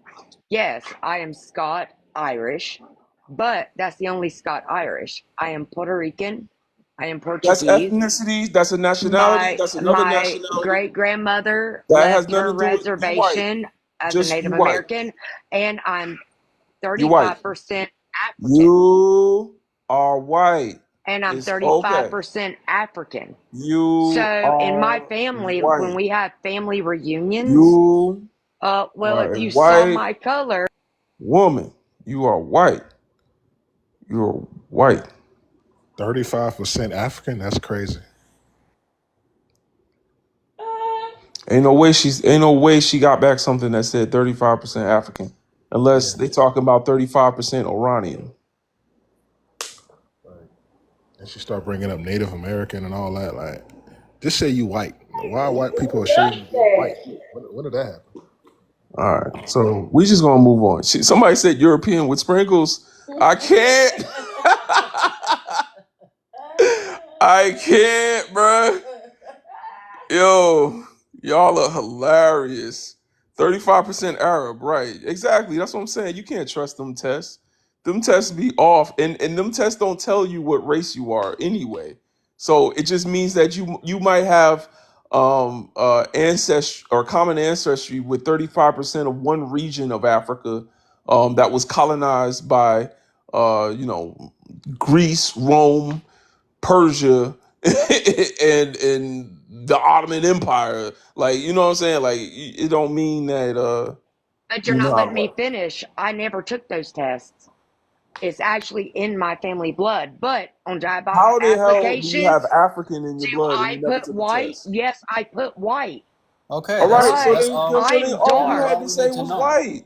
All year, like, I'm dark as crap. The only thing on me that looks white is I have green eyes. That is So it. then why did you But mention all the my other thing stuff? It is, doesn't because you matter. guys are talking That's not the about only thing that looks white and white. black, where does my family That's stand? turn Where your does camera my on. family stand? Turn your Because camera we on. are all everything. So Turn your where does camera my on. family stand? Well, my picture's right there. Yeah, you white. Yeah, I mark I don't white on understand. everything. But Why where is does it my family stand when it comes? Ask the Because all I police. ever Ask the hear now police. is Ask the white police. and black. Ask the police. Don't ask me. Ask the police. The police will tell you exactly where you stand. Go and go run a red light and tell them, "Oh, officer, I'm sorry, I just didn't see it." And that'll let you know where you stand. That'll let you know. Or actually drive over 100 miles per hour and then tell the officer, I really had no idea. I was rushing to get home because my child is sick. Like, and then that'll tell you where you stand. You'll But find you're out quick. coming at me with hate without listening. Like my nephew, blood Who are nephew, you accusing of hate? looks, he's pure black. That's his look because our family is Now so she diverse. tokenizing. That's how I know you're not black. So That's how I know you're not black. where do we stand in y'all's conversation You with white. white and black? No, Y'all, I so I thought mark you was black. white. I mark Amber? white Because on you are white. everything. Amber. But when you look at my other family members You white. that are blood, no, I'm not talking Why y'all about letting her me. stay up here like this? Amber. Oh I man, I blame thought I you. actually, I this know is you the don't want first to hear time I from me, came on host, live. but I've called the police on the white girl I was messing with. And I didn't, all that stuff that you said be happening, it didn't happen to me. I'm not saying it don't happen, but it didn't happen to me. And I also be speeding my ass off on the interstate. I'm out. Like I'm over. And I done got pulled over plenty of times, and I handled the situation, and I was still driving after that. They didn't take me to jail. They didn't take my car. Just saying. Well, I'm not sure if we want to hear much of you saying. I mean, you call legend the B word for no reason, just because you want to assume in the back. Yeah, well, That was a misstep. That was because he was saying, "Oh, I definitely don't want to hear what you got to say, just based off of like what I said." I But you yeah, assume in the shouldn't have he said milk. that. definitely That said was some wrong. bullshit. He said, Yeah, That's called I you assuming in the apologize for milk. that. That was my temper. How is it? How is it that I you should don't? have done that. You said you were You're not 40. gonna have What? that temper around 44. that white woman. She gonna call the police, and that's it. You can't have it. You gotta, Look, I feel like I'm moving away to where like call the police, get him here, cause good. Let's talk to him. Let's see what's going on. "Oh, you gonna find out?" He one of them Okay. that don't even know. You need to find Man, out. It must have I've been a while. She must got you. She must got you feeling real confident in yourself. no. He gonna find That's out. just how I'm raised, bro. That's just literally like It's been if a you can't. while since you found out, brother. You must be I living agree. in a fantasy. No, I don't think so. I don't think so. Yeah, I don't know. You sound I'm like just saying, like you I need a call the police reminder. It sound like if I need them. But if you call the police on me, like I don't make moves to where like if you call the police on me, that I will. If you call the police on me, you off anyway because that's not how I move. So you can call them if you want to, but once we're having this conversation with the police, we're gonna see. You think You're he gonna take your 44. word over You that said. white woman? Yeah, it's happened. It's happened. That's what I was saying. That's when I came on. That's what I was saying. That it's happened numerous times. Like you're not gonna trip me up and get, but I'm not gonna be fumbling and all scared just because the police show up. Because like I'm like, I know how to speak to people. Like, I know how to speak to another man, to another woman with respect. I know how to be clear and concise and articulate what the fuck is going on. You think that's Outside of some girl who if she's crying or whatever the case is, yeah, we'll see about that. Call the police. Go ahead. you think that's what Yeah, the that's easy problem? to say. That's I'm easy not. to say Oh, on I bet I'll TikTok. call them. That's what I be on. That's easy to say on TikTok. I don't believe you, but I like Okay, all right. Call the that's police easy. That's down. Let's easy. get them here. We'll see. That's all Yeah, I'm saying. but see what I'm saying? You know that can't happen. So that's easy to say on TikTok. It's happened. But I'm speaking from personal I've seen experience. brothers talk. I've seen brothers talk real crazy, and then when the police get there, it's a whole everybody's sweating and looking at each other crazy. So No, I feel like, yeah. I know what you're talking about, What but was there's no way to prove that. So I what don't was even. his what But was his point? I'm not gonna make that up. I'm not. I'm just letting you know. I've called the I don't think police. it's a point because we don't What know if you're making it up or not. no, what was What his is point that? of 4 him? paws? Do I got 4 paws? Is that Yo, what that just is? listen, man. What is your point of you saying that you talk to them nicely or you know how to talk to people? That doesn't mean anything. No. I don't mean nicely. I'm not saying I'm kissing the police ass when they show up. It But doesn't Yeah, matter. you You are. live in Yo, a That's what I system. was no. saying. Okay, so y'all can go ahead and put words in my mouth. I'm just being Don't honest. come I'm up just here being and honest. gaslight me, man. Don't come up here. I've seen even white folks kiss the police ass. Don't play with me, bro. Don't play with me. Everybody kiss the police ass. Now, come on. You All ain't about to right. argue with no cop. Bro, don't sit here and lie to me, man. You say you was in Okay. your 40s. You are not fighting and arguing with no cop like you would a regular person, bro. Come on now. Okay. All right. I'm not gonna argue with you because I feel like you're gonna mute me again. But I'm just letting you know. Like, No, I'm not my talking about. First of all, I'm not talking about arguing with the police. But I have yelled at the police and called them all kind of different shit in Wisconsin with one of my boys who was drunk driving and got put onto, like, he got the car stuck on a rock. We was trying to get it off the rock before the cops got there. But And is then this the experience of most black men in your eyes? no, but I'm not saying that Okay, this. I But know I'm not you know saying. But that. I'm. It's So not. that's what I'm But saying. Like, what is the point of even bringing this up? Because the reason I know you know that is because you coming up here bragging about it I'm not because you bragging. But know. Because you know I'm just this trying was to take my this was opportunity to if speak this was without the putting it on. experience of most black men, you wouldn't have to come up here and brag about it. So the especially I'm in not fact that you're bragging. I'm bragging not about it especially bragging. means But you know. I'm just.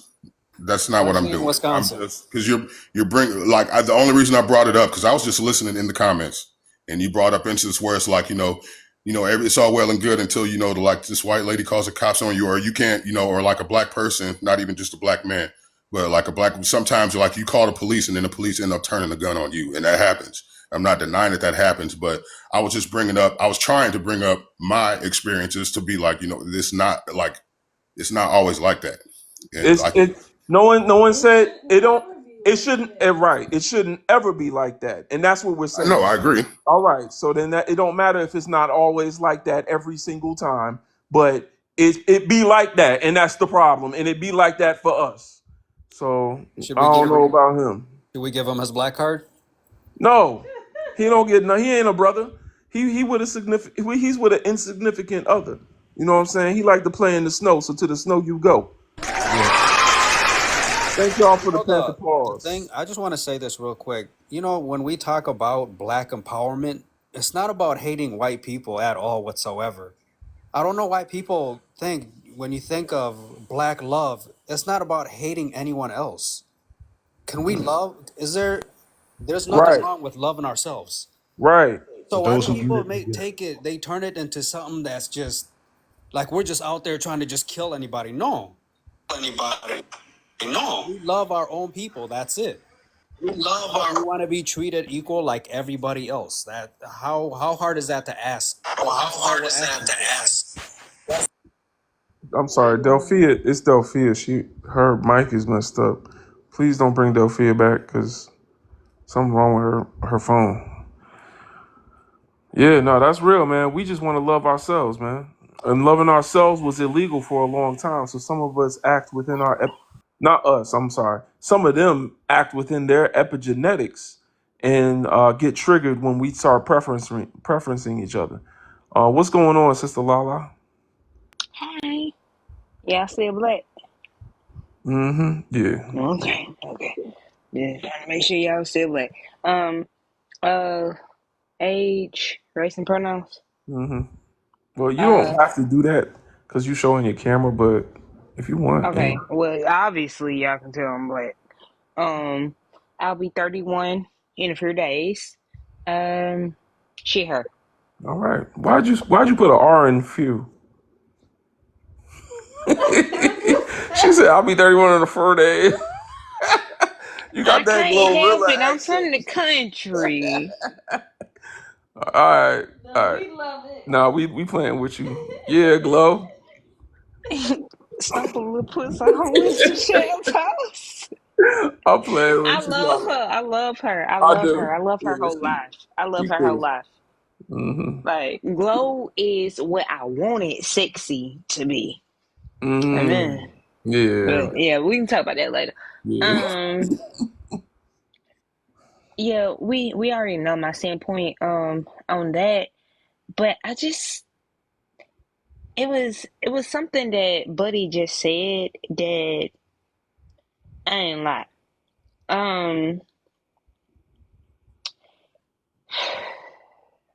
How can I say?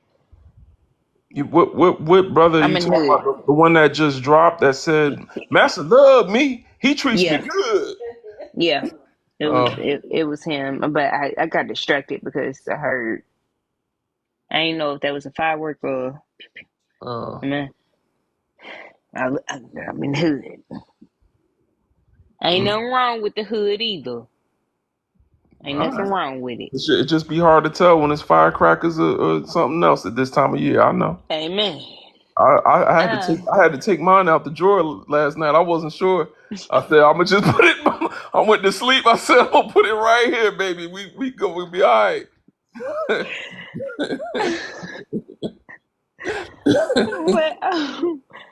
but I don't everybody is I'm gonna just say this real quick, real quick, and then I'll jump back into the conversation because I got ADHD and they claim I got ADHD. So I'll just say this real quick. Dr. Umar is right. Bernie, he said he wasn't going to support Bernie because he got a white girlfriend. Bernie, or are you talking about Cornel West? Bronny. Oh, Bernie. Oh, Bronny. Yeah, Bronny. Yeah, okay. Damn, I'm that country. You kind of country. Well, go ahead, sister. I'm from the Damn. East Coast. I'm from up north, so my bad. She country as hell. I know.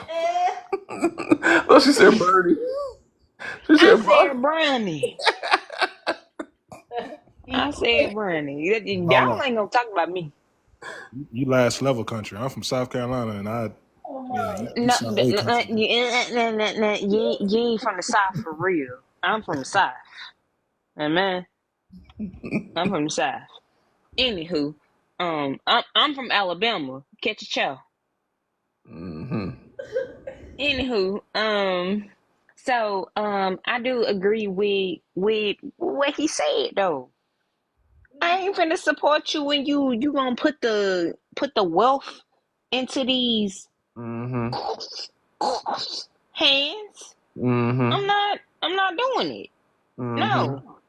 How can your dad be one of the greatest players who is married Mm. to a black woman Mm. and you well he's in private school. You act like we ain't got money? Mm-hmm. Cause I had when I was in school I had money too. Mm. When I graduated school in 2011, I never went to school with less than $1,000 fucking dollars. Damn. Amen. That's a lot of money. I know. I mean, shout out to my pops. Shout out to my pops. Free him till it's backwards. But he wasn't selling no drugs or nothing like that. A white woman is the reason why he in prison right Mm. now. But you feel me? Like, so you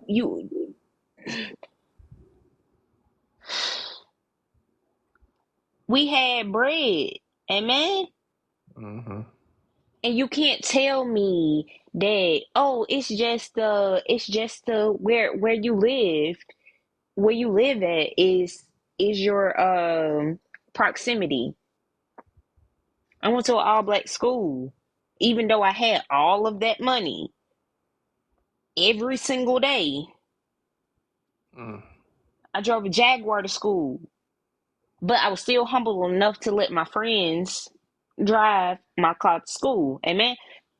That's besides the point. But I don't like it. I don't like it. I don't like it at all. Y'all. I tell my sister all the time. She is in an interracial marriage, and she tell me I'm pro black. I'm pro black. Black is beautiful. Black is this, that, and the goddamn on third. Girl, you don't give a fuck about no goddamn on black people. Because if you did, you in the marriage your colonizer. Amen. Exactly. John Henry Clark said, "Black is beautiful don't matter if black ain't powerful." And we don't got black power if we ain't choosing ourselves to build our community. So, Agree. And she's been my sister. Like this is my blood sister.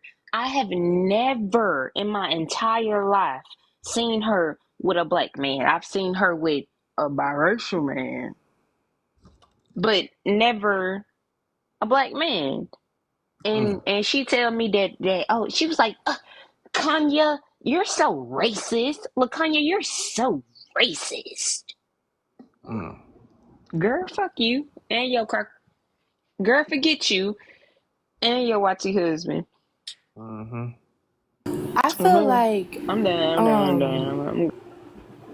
all right, thank you, Lala. Gabs, hold on. We got one more person before you.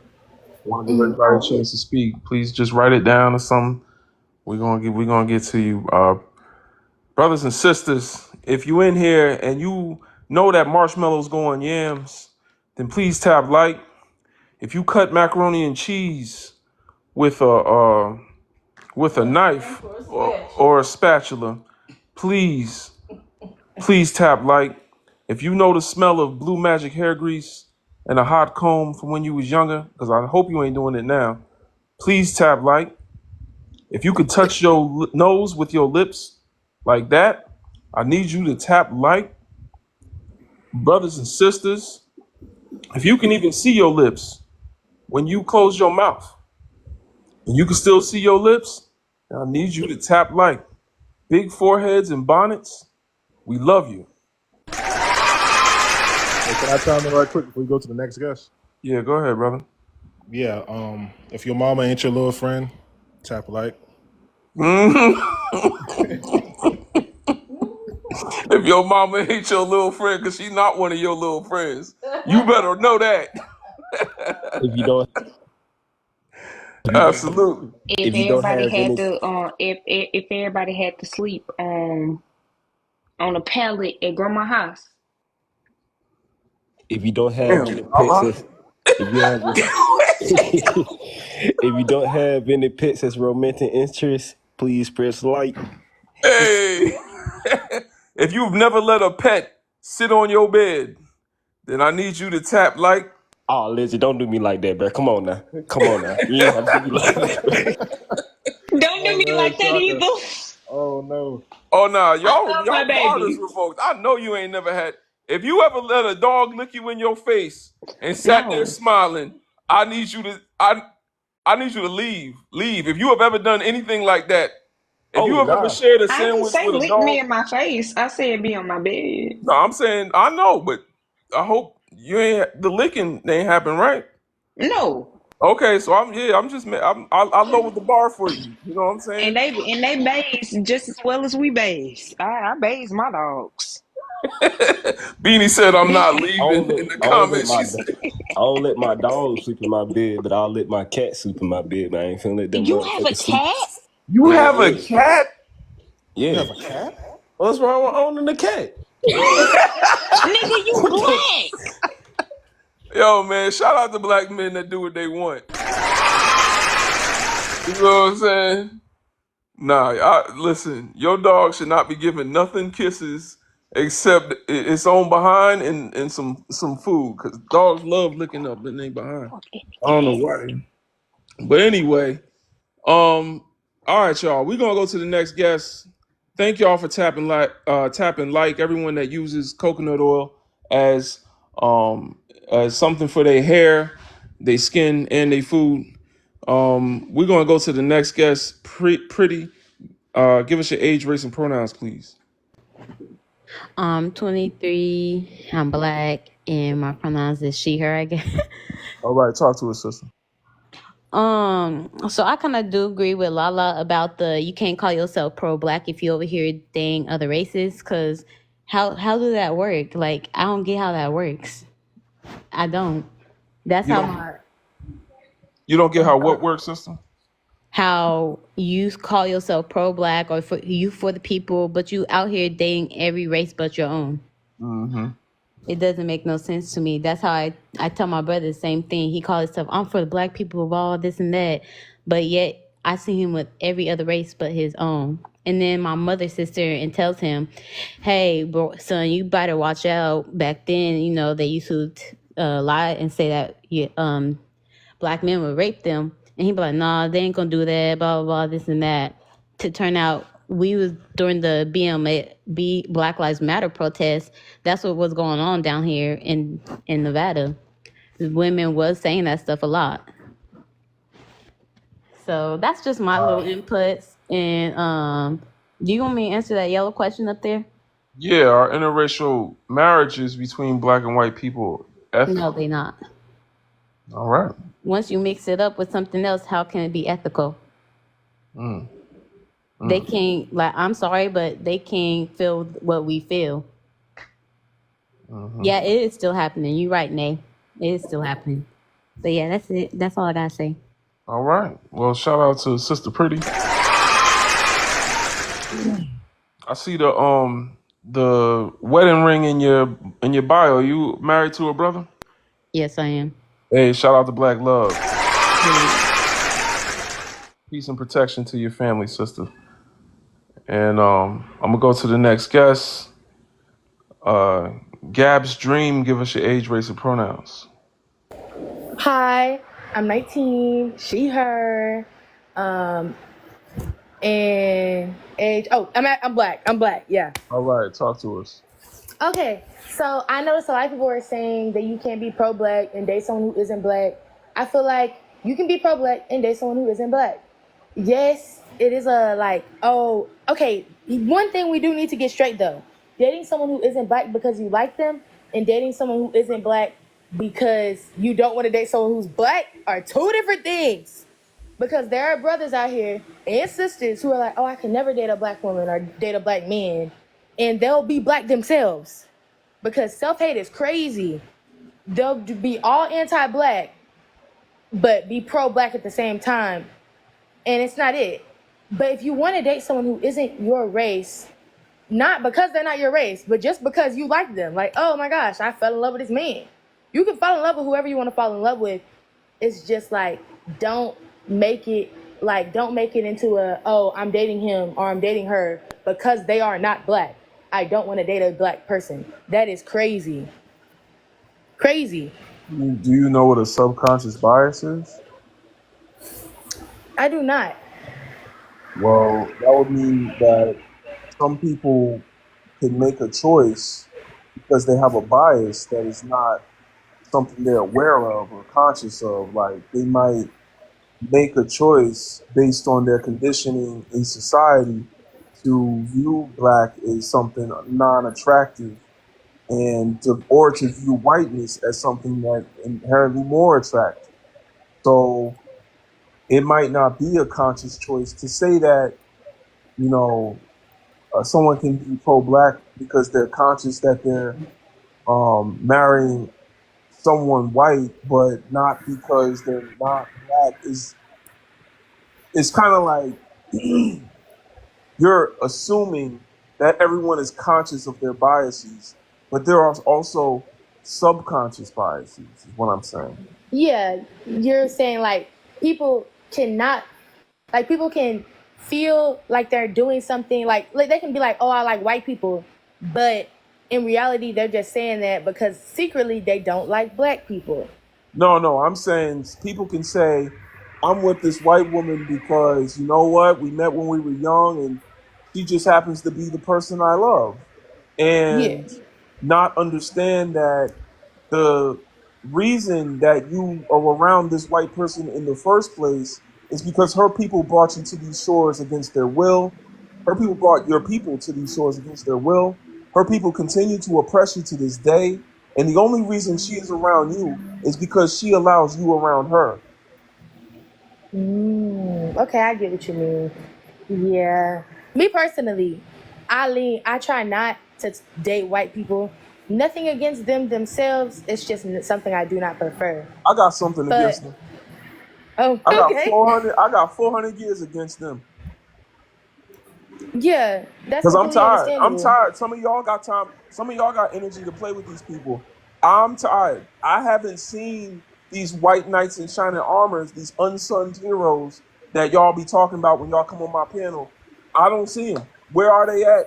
They live next. If they live next to the Make America Great Again folks, then Yeah. then what's the difference? Because they both paying taxes to the same government. They both making sure that their property taxes don't go, that their property value doesn't go down. Well, that's why they living with they all living in the same areas. And then there should be no black communities in America. If you telling me that even 1% of white people, of 200 million, the largest white population on earth is in America, 200 million. If 1% were these nice white people that we keep pretending that they exist, then why do we still have pockets in America where there's only black people living there?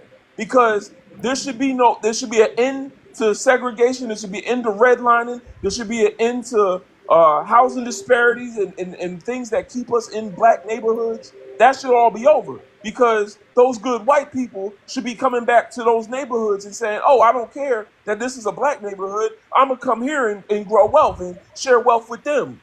So where are those people? Well, the problem is with that, when they try to come in and share wealth, they don't actually ever share wealth. They just take over, like gentrification. But no, They I'm talking just about the build good something ones. You talking about the nice. bad ones. I'm talking about where the Yeah, good ones at. there are good ones, but they don't like it's a that's a really that's a hard question. Cause It's like not a hard question. It's there very easy. It's just hard to justify still calling them good when they still continue to do harm because impact matters over intention. And we've been taught that whiteness means innocence. We've been taught that they have good intention and that's what makes them good. But the thing is, that's something that they told us because that gives them wiggle room to still tell us if you don't continue to love me as I oppressed your people, then there's something wrong with you. You're racist. You're a bigot. If you don't believe I am who I show you I am, then there's something wrong with you. If you believe exactly what you see, you're supposed to believe what I tell you. I tell you I'm good. I tell you that I come with good intentions and I come to do no harm. But then they continue to do harm and they continue not to dismantle systems that give them privilege.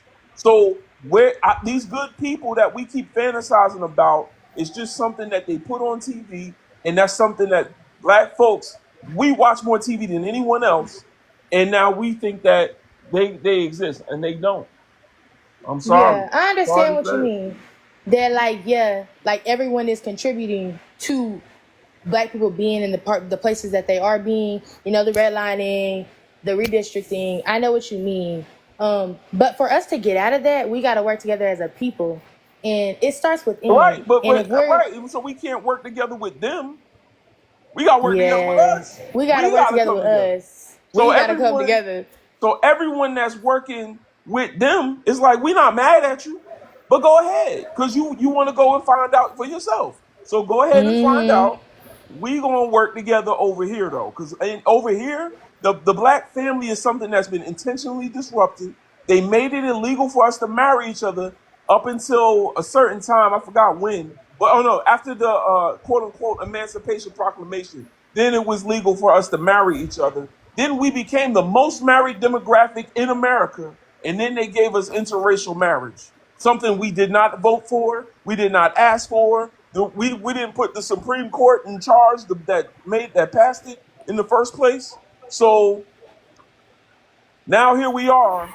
trying to convince ourselves not to love our oppressor while we still oppressed.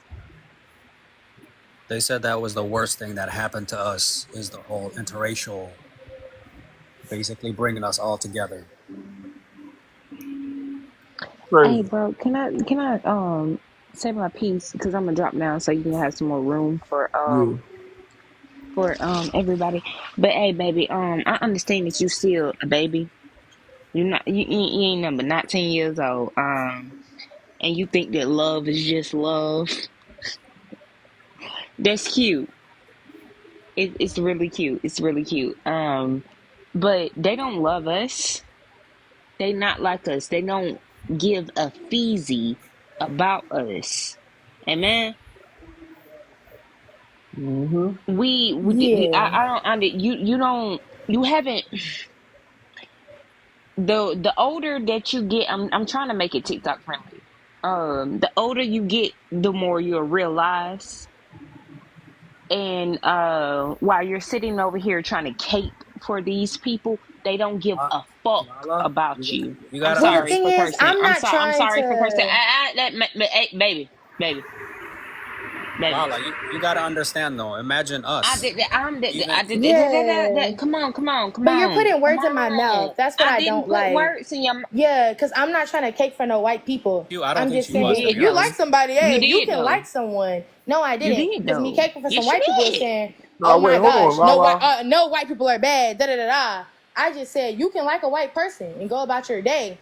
It's just don't put black people down to like said white person. And you can Mm. be pro-black and still be with a white person. No, you If No, you you like that cannot. can't. person, You can't. Nah, You you can't. cannot You be I pro feel can't. like you black. can. No, you Nah, can't. you can't. It's not what you feel, Gabs. Hold on. Unfortunately, Hold, that's just You not the cannot case. be pro. I'm sorry, Lala. My bad. It's cool.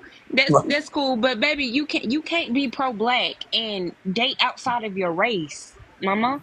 You cannot be. So pro look at the term pro black.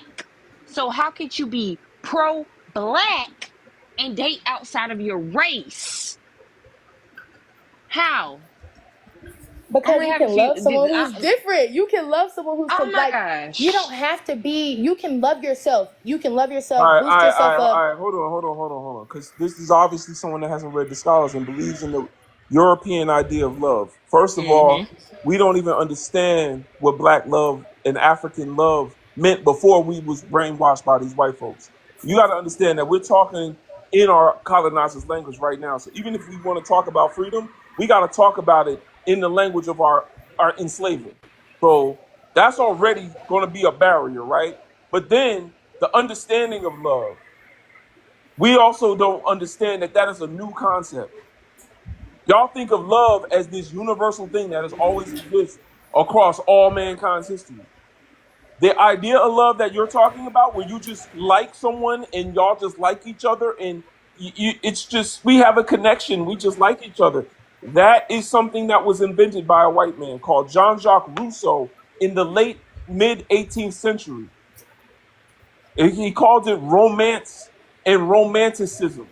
You can look up romanticism. It came out during the Romantic period. Roman, Rome. It is Eurocentric. The reason Africans would form family groups was dependent on their environment.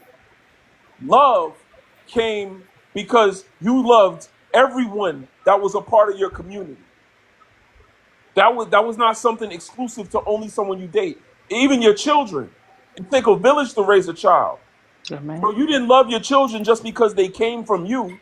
You loved their children because you loved all the children of the village. You loved all the people of your tribe. So what I'm trying to say is we had a word called Ubuntu. I am who I am because of who we all are. That is how we defined love before colonization, before romanticism.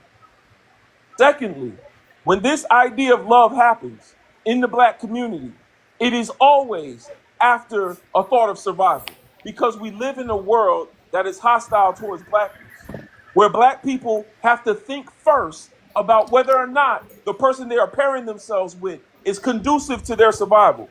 I'm going to mute you because you got a lot of background noise. Black people have to think first about whether or not the person they are pairing themselves with is conducive to helping them survive in a system of oppression. Don't believe me? Go on any live right now. You actually probably scroll down right now and see a live about black people, a black man and a black woman arguing about who goes 50-50 on a date, about whether or not black men are able to provide. Why do sisters care so much about whether or not black men can provide for them? Because black women have been economically disenfranchised so much that when she pairs herself with a man, that man needs to be able to provide and protect her in a system that is hostile towards her. And the first thing that she thinks of before we get the love, I might like you, I might love you, but before we get there, brother, can you provide? Brother, can you help me if we get pregnant? Can you help me make sure that this baby has something to eat? The reason we call it love is because that's what white folks can do, and that's what they taught you on TV. Is Billy and Jane ran into each other at the supermarket and they just fell in love, and Billy got a six-figure salary even though he only got a GED because his father worked in some factory somewhere where he was able to become a boss, and now he or work in some business somewhere, some office somewhere where he didn't have to work as hard as a black woman would have to work to get the same job. And so he can easily provide. White men can make sure they have the guarantee to provide for a woman. So when they meet someone they like, they don't have to think about survival first. All they got to think about is whether or not you tickle my pickle. Do you float my Twinkie? So all I'm saying is, when we talk about love in the black community, even when we're talking about love between black men and black women, it is not just love. When two people come together during an oppression, during a state of resistance to oppression, those people are not lovers. The black man and the black woman are comrades. It is much deeper than love for us. And when you choose a white man, you cannot tell me that you did not have to think about survival first. Because you could have walked up to that white man, you could have walked up to that white woman, and the first thing out her mouth was, get away from me, you N-word. Oh my God, I'm calling the police. Oh my God, you thought I liked you? You had to find out first. You had to say, are you a yeehaw or Yahoo? Because I don't know. What if her daddy was Donald Trump? So you had to figure that out first. You had to think of your survival first. So don't tell me is love and we just fell in love. No, you had to think, is this person going to put me in danger first? To make it just real quick, because I really do got to drop because I got to travel real quick. But that's what I was trying to tell you, Mama, and you weren't listening to me. You rejected everything that I was saying. That love is not just love, and you cannot be pro-black and gay outside your race. I do not give a feezy. However you feel or however you think, that is the truth. That is a fact. You cannot be, Mama. So you can be the house N-word all you want to be. You can be that baby. I'm Baby, listening. I'm listening. I I'm just older. unmuted I'm myself. older than you. Yeah. So yeah, please, because I'm older. I'm older than you. So please, and Yeah, I I'm just trying want to you to know give I'm you. still here. I'm trying to give you respect. So please give me the same respect. Amen. Lala, she Thank hasn't you. said Thank you. anything. She's Oh my listening to God. you. Oh my God. Let me go so I can go. Damn. Anywho, hey. Y'all sitting over here and y'all caping so hard for these YT people. For what? They don't care about you. They don't like you. And they're gonna throw you up under the bus every single time, and every single chance that they get. You are a pawn in they chess match. Amen. Like, come on, stop playing in my face, bro. I can't. I'm glad I'm teaching my kids the right shit. Okay, I get All what right, you I'm mean. gone. I just want to I'm make this gone. known. Want to make this known. Girl, you like white folks. Girl, I want to go. make this known. I ain't never been with a white person. I just don't want to separate a whole community of black people those black people who end up with white people. They are still black, and being pro-black We is didn't about say what they you do for your wasn't black. community. We didn't say they wasn't black. Yeah, but Who said they wasn't black? It's the way that y'all perceive these people. Because I feel like being pro-black is what you do for your community, Define not who you're pro-blackness with. right now. Define Being pro-black pro-blackness. is what you do for your community. It's what you bring, like what you bring to the community, what you're giving to our people. It's not about like, I'm being with this person. All right, It's so about, I'm gonna help my people get out of here. I'm gonna help my people do this. All right, I understand. But Bill Gates gave the black community $1 million. Is he pro-black? No, because he's not black. So you have to be black in order to be pro-black. To be pro-black and to be a black person, you have to be black. So what does interracial relationships give the black community? It gives more black people because black don't disappear. Oh, so they have to procreate. They have to procreate. They have to procreate in order to be pro-black. But no, it's more about what is their relationship with white women. You just said having children with white women is going to be a pro-black act. Well, that's what would help. What I'm saying is, if you're saying something, what comes out of the relationship that helps the black community, and other than what they're creating, like other people, more having people, a white more mother, black people, giving a black child a white mother is pro-black to you. Okay, now that's different. Totally different. Okay, so when it comes to black children that have... Let me give you the definition of pro-black. That I'm not pulling out my ass. That actually come from a scholar. All right, let's talk about the actual scholars. Let's talk about what pro-blackness even is. I just defined it before you came up here. According to Dr. Amos Wilson, the Honorable Marcus Garvey, and the words of Malcolm X, pro-blackness is prioritizing one's actions and values with what's in the best interest of building within the black community. Prioritizing one's actions and values, what they do and what they believe. Priority, meaning my focus. And that's what I said. That's exactly what I said. People Calm down. Don't. That's what I said. Calm down, because you didn't say this. Prioritizing. That's the part you're missing. You heard the building in the black community part, but anybody can do that. Prioritizing. You cannot say the black community is a priority if you are with somebody outside the black community, because I said prioritizing one's actions and values with what's in the best interest, above personal best interest, above the best interest of your insignificant other, above the best interest of any other community, prioritizing what is in the best interest of your community. The black community. I completely get that. Yes, you're prioritizing the black community. Now let me tell you where you're wrong at. Because you're saying prioritizing a white woman is going to be something that allows me to still act on the best interest of the black community. And that is cap. Because if I prioritize a white woman, this is not something I'm debating with you, sis. I'm teaching the people below. I'm teaching the people that's watching this off of this conversation. I'm not debating with you.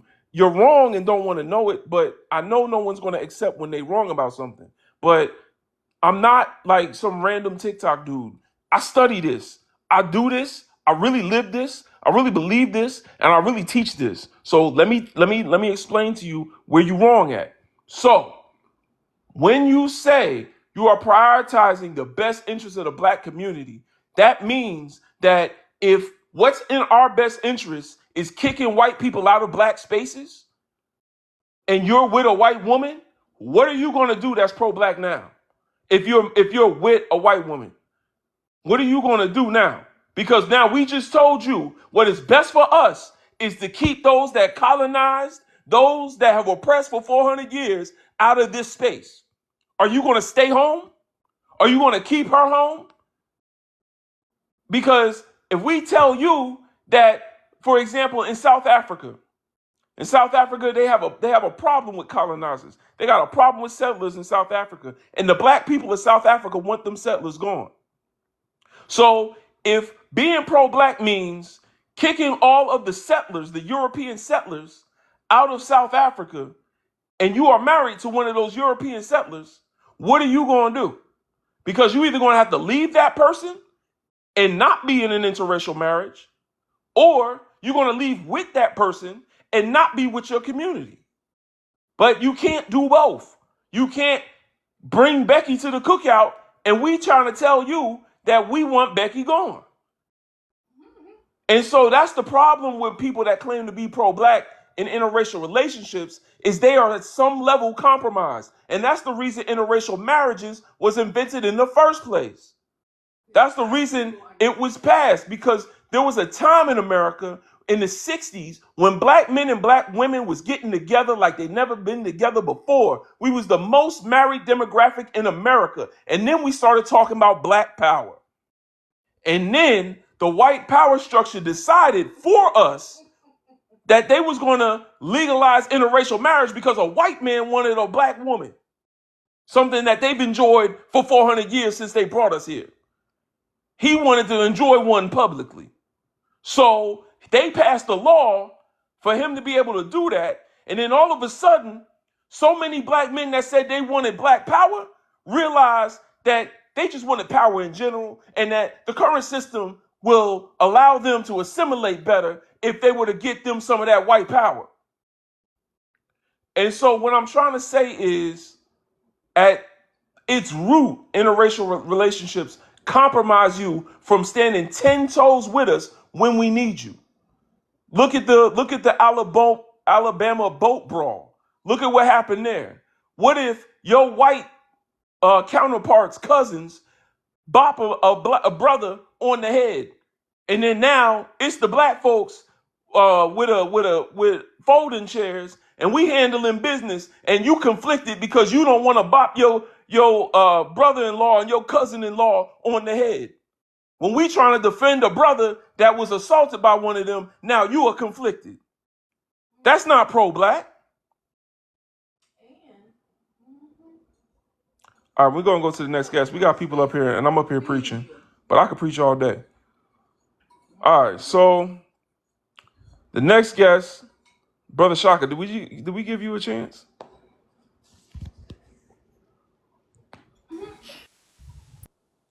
Brother Shaka, you here?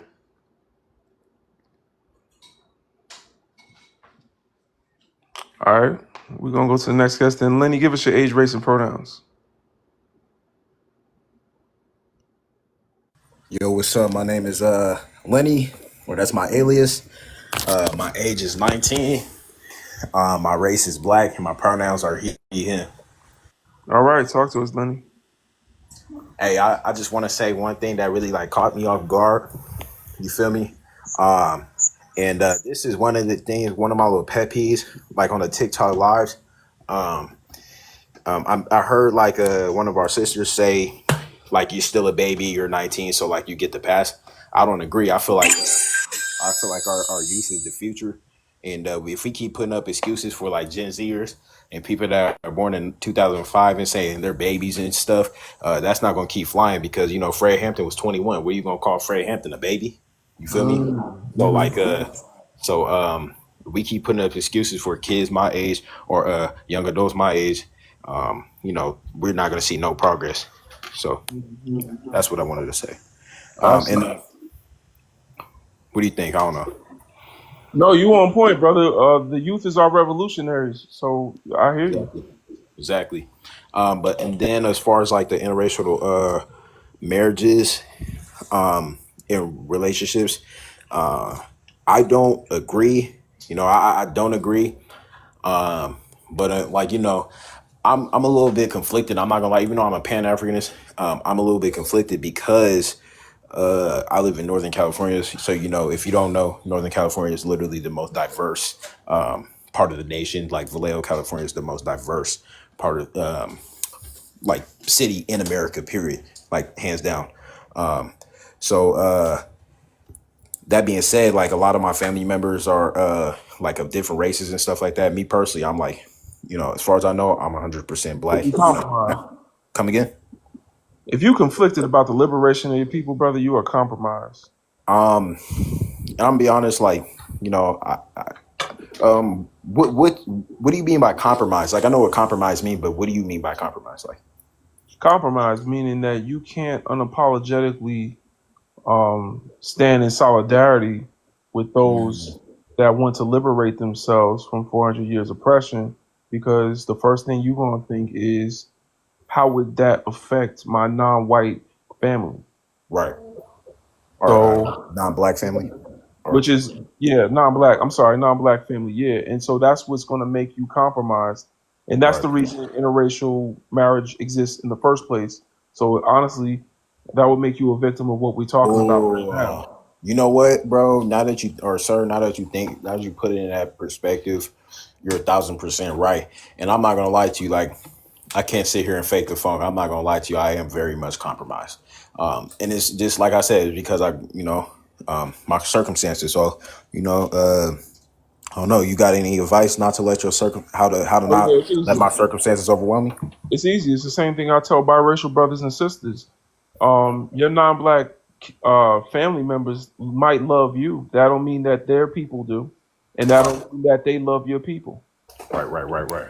So you can love who's in your family, but also understand that they're inherently racist, and understand that just because they love you does not mean their people love your people, and it does not mean you're welcome into spaces for their people. It also doesn't mean that that they have that same love for you for all of your people.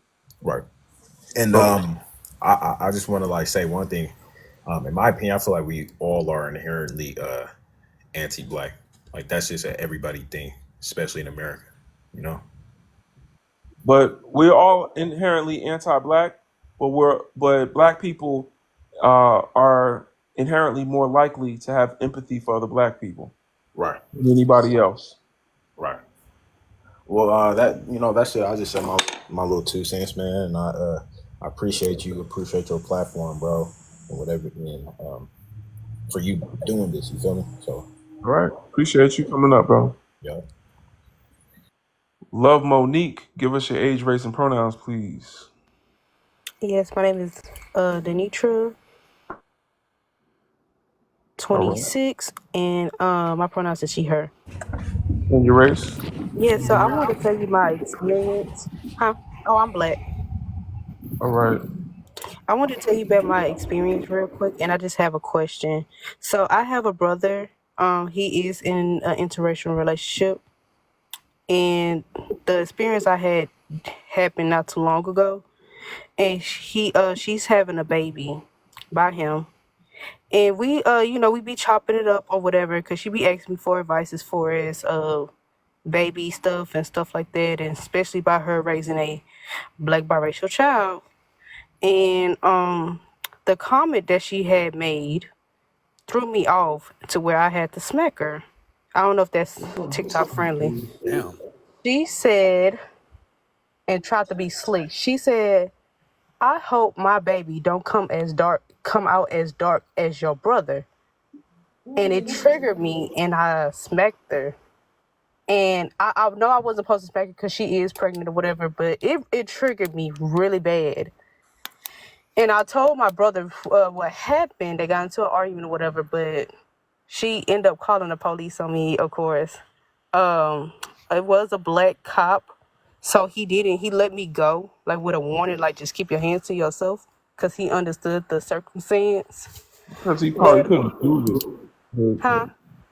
I mean, it sounds like, just a slap is like, what is a cop gonna do? Like, she whacked for calling the police in the first place. This is a Right, white person. exactly. Huh? This is a white person. Yes, his baby mama is white. Yes, the Oh, mother okay, is white. so Yeah. yeah, she was weaponizing her privilege and tears, Yeah. and yeah, you lucky it didn't work, but you know. Exactly. Also, so I have a question. Do you think that they are trying to erase black people? We just talked Interracial. about the replacement theory. That is something that white people believe in. There's no reason for us to be afraid of being replaced.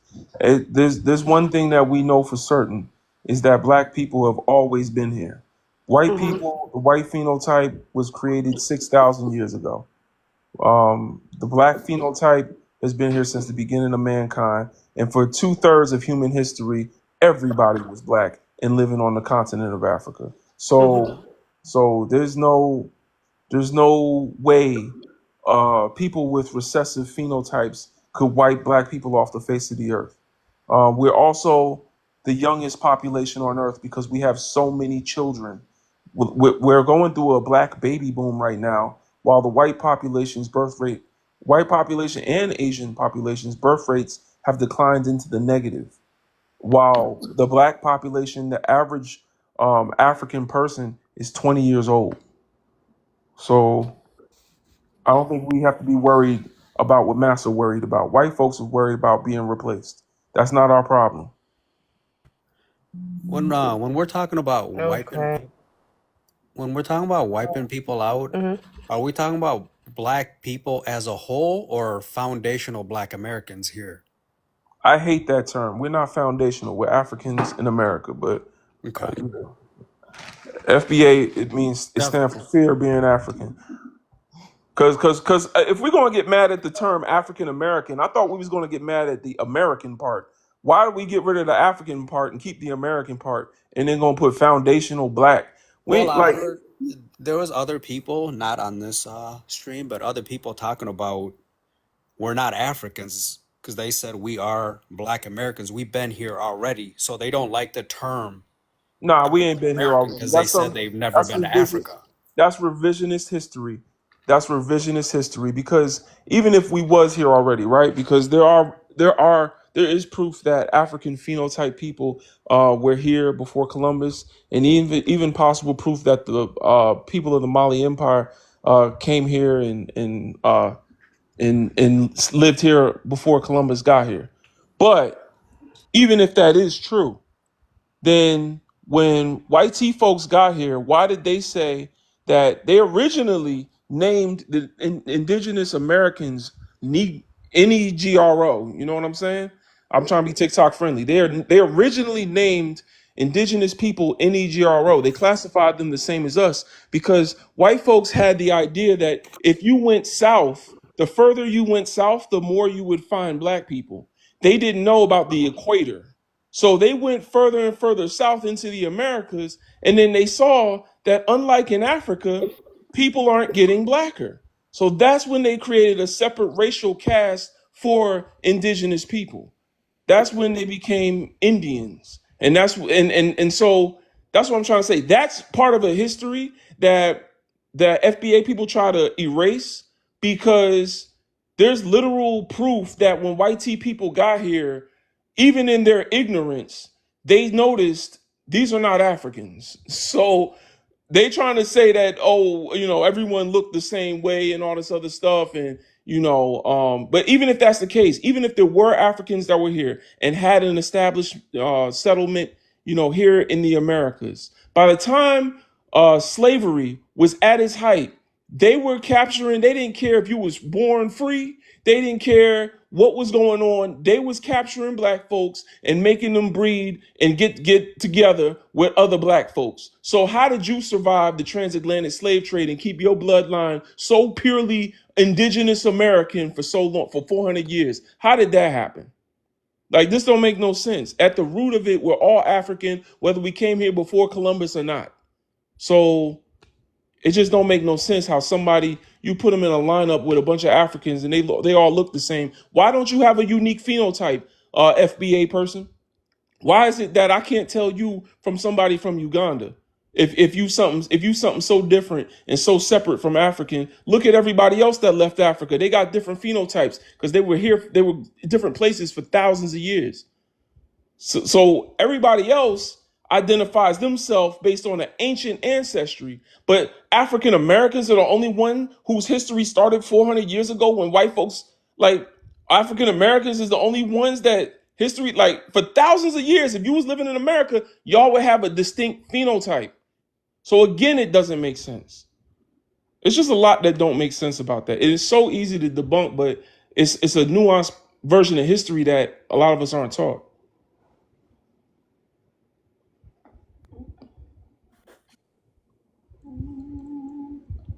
Very quiet on the panel. All right, y'all. Well, yeah, it got quiet, but Somebody singing in your background, brother? no, that's my wife. She Singing in left. your background? What's up, man? Oh, what up, American podcast? What's How you going doing? on? I'm well, man. I'm crossing the border right now, Oh, be careful. so Oh, hey. I'm good. I'm coming into San Diego, Oh, You okay. bringing so something in all from the is good. border? Yeah, I live in Mexico. Mm. Yeah, I live. Yeah, so Yeah, I forgot you said you moved. I'm getting ready. Yeah, I moved. Yeah, yeah. I just wanted to say, if you're young, if you're in your 20s or whatever, just get a hold of your blackness, man. Just get a hold of that, because it's a spiritual thing more than it is.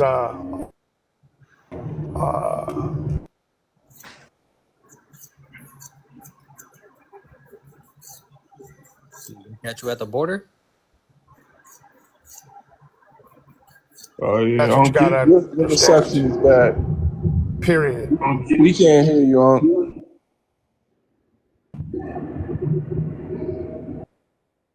I don't know. We can't hear you, You might have to talk to us when you get the better reception. I think they got him. Hey, host, can I say something? Can I introduce myself? Yeah, give us your age, race, and pronouns. I'm 36. I'm I'm an indigenous American black. I am he, him.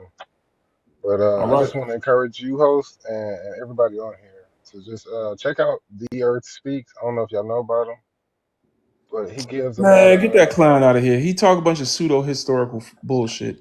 But Nothing he what makes says it is backed in any facts, bro. What was the what name? makes it pseudo? His The name Earth is his name Speaks. is yeah, his name is Earth Speaks. He just lies to people I all once day. heard he deceived What a sister so bad that she had the nerve to come up on him and say, he's the best scholar I ever heard. Like, scholar? Pseudo history, man. It's not what even. makes it pseudo though? Is that he's got y'all in like some type of cult because y'all was Did you know about history before you went on his live? Yeah, I know about the history All right, books so actually. what history? What books were you reading? Well, the books I was reading was I got the Revolution of 1776, the Counter Revolution of 1776. The I was reading about black cowboys at the time, and then I was already doing research on the history that was told to us by. I don't know why we still go by that history, but that was told to us by our oppressors. No, it was told to us by Afrocentric scholars. So it was told to us by Africans and African American scholars, Well, all the way back to Arthur Schomburg of Puerto Rico to European. like all of our. You think I'm up here repeating what white people taught me? Like you do I look slow? Like no. I mean, I'm not saying you're not. I'm not saying you slow or anything. I'm not. That's what I'm No, saying. no, Like I'm saying I I'm. wouldn't be up here repeating what's taught in classrooms in America. But I'm But telling at the you, same, oh boy has a way of twisting y'all's mind up on TikTok, those that don't already have knowledge. Like, I don't know why you bringing up books about, what did you say, the French Revolution or something? Like, I'm the talking counter about revolution of 1776. the Spanish Revolution? The counter revolution of 1776, which is when they supposedly brought. 1776. So you're starting in America. I'm talking Yeah, about, do you know about history of your people before Europeans came to this country or quote unquote this settlement? and I know what my people, what my genealogy is. It's Indian because my people have told me, like my great grandmother has told me that we were Indians The before. great grandmother. Let me tell y'all something. Dr. Francis Cress Wilson says, because I'm not doing that right now. We got all types of mixed company right now. We ain't gonna do this whole thing where we arguing over who's black and who's not and calling ourselves Native American. Let me tell y'all something right now. And even if you are white, you ought to be ashamed of this history. So back in the day on the plantation, the white tea man would have his way with our mothers. The white tea man would have his way with our mothers. And when he did that, you, your, your phone is messing up. American Micro, you're gonna disrupt the live. So when the white tea man would have his way with our mothers and our wives, they would get pregnant. When they got pregnant and that child came out, to protect that child from being unalived by the white tea woman, she would tell, and out of shame, she would tell that child that their recessive features are because they're a little bit Native American. And that is why people that say, black people from America that say that they have Native ancestry, they always say the same thing. Grandma told me that. Grandma told me that. And Bro, there were no. this is from Dr. Frances Cress Wilson. If y'all want to know her work, you can look her up. But There's also, no white men making no babies with also, no slaves, bro. Ooh, Lord, the devil in here tonight. yeah, they lying. They up here lying today. But anyway, because that's the thing about like my live is B1initiative.org. The link is in my bio, nonprofit. Like, we really not like these other TikTokers. Like, I do work for my people, then I come live. Then I come on live. So unlike y'all other little TikTokers that don't know what the hell they talking about, like, no, I'm working right now. So I'm teaching. So y'all can listen. Y'all want to argue, go argue with your mama. That's not what I'm here for. So what I'm trying to say is, because of the shame, but also look up the laws. What's the name of the law? Somebody down there know. What's the name of the laws that had to be made because white tea women were unaliving black biracial children so much, black children too, so much that they had to make a law to say that it was legal for them to continue to do so. They had to make a law to say it was legal for them to unalive our children. So what I'm trying to say is, in order to make up for that problem, y'all can look it up. In order to make up for that issue, they were feeding them to alligators. The black mother would tell the child, "You look like that. You have straight hair. You have a pointy nose. You have squinty eyes. You have high cheekbones because we got a little engine in us. That's all." And then when you look up the statistics of Native American ancestry and DNA in black people's blood, the average African American has 0.1 to 0.3% indigenous DNA. Y'all can look that up. Native American DNA, 0.1 to 0.3%. I think in some places it was like as high as 0.8. But y'all can look this up yourself. We don't got. And then the other thing that's really just wild is you have 4 grandparents. You have 2 parents. You have 4 grandparents. You have 8 great grandparents. You have 16 great great grandparents. Then you have 32 great great great grandparents. Then you have 64 great great great great great grandparents. If 2 out of 64 of your grandparents was non-African, you an African. Stop playing with me. If 10 out of 64 of your great great great great grandparents was African, it was non-African, you an African. Stop playing with me. All right. So we're gonna go to the next guest. My brother Scrappy. What's going on, family? Yeah, greetings, King. Greetings. Greetings. Bro, everybody listening to people like Earth Squeaks is suffering from squeakositis, bro. Baby baby, Wait, baby hold on. Let me Jaguar, I tell him. call Let him. me tell him, Scrappy. He don't Scrappy is the run from me one every time. that handed Earth Squeak his own cheeks. He handed Earth Squeak some. he whooped his ass in alive in a debate one day, and everybody saw it in 4K. We all watched. It was all clear as hell who won the debate. Scrappy tore his bro. behind up. Big up to He was so mad, my brother Scrappy, man. bro.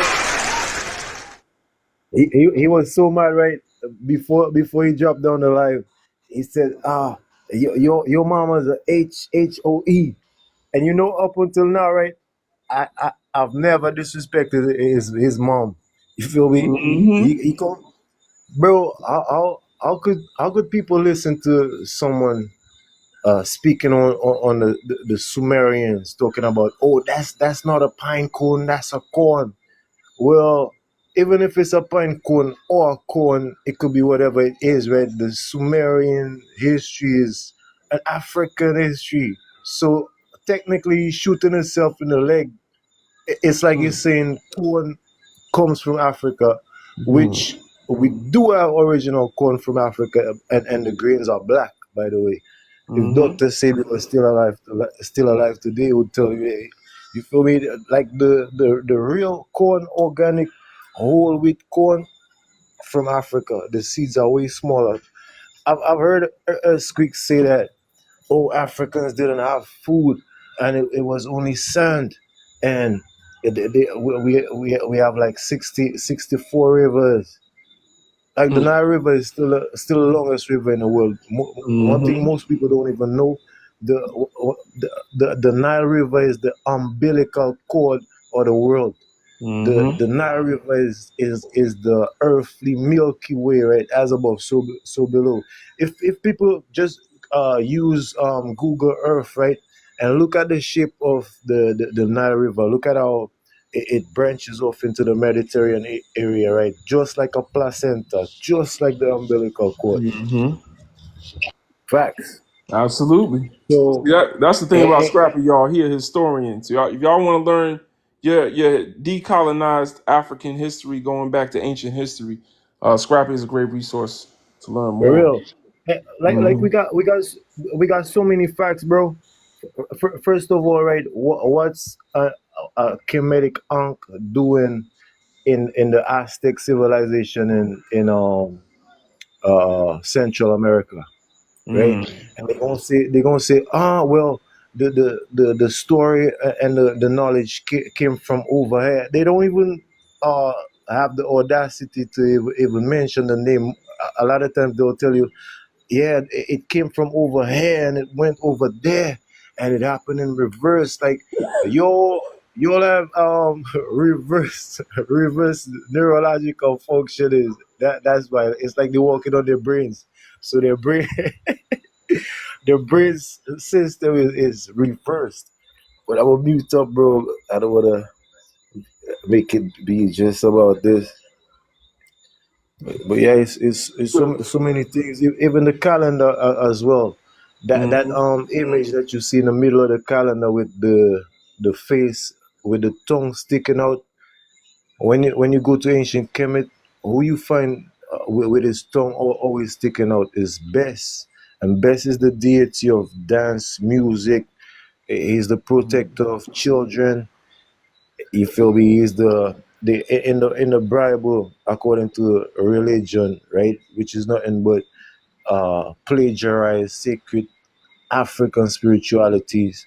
You feel me? They said that Lucifer is the Lord of music. That's a lie, because when you go back to Kemet, it's still on the walls today. You find best with all types of musical instruments. Even when you come to martial arts, like the original name for martial arts is Montu arts. Martial is the god of war in the Greco-Roman history, but people don't have time to study history. And when people like us talk about these things, like they don't give us no respect. Like they were like right now, right? They could take any white boy, just dress him up in white and say he's a scientist, and they go say, "Oh yeah, Ivan Van Sertima has been debunked," and the average black negroid person will just say, "Okay, yeah, I believe the white dude 100%. Let me not study the works of Ivan Van Sertima himself. These people don't even look at the video. Like, bro, Hmm. I was just mute up, bro. Listen, I know. It honestly, man. I ain't heard nothing true out of Earthquakes, man. I've heard a lot of African Afrophobia. You know what I'm saying? Fear of being African, FBA nonsense, and I heard a lot of ahistorical. I'm sorry, pseudo historical. Just gibberish. He just keep making up stuff like.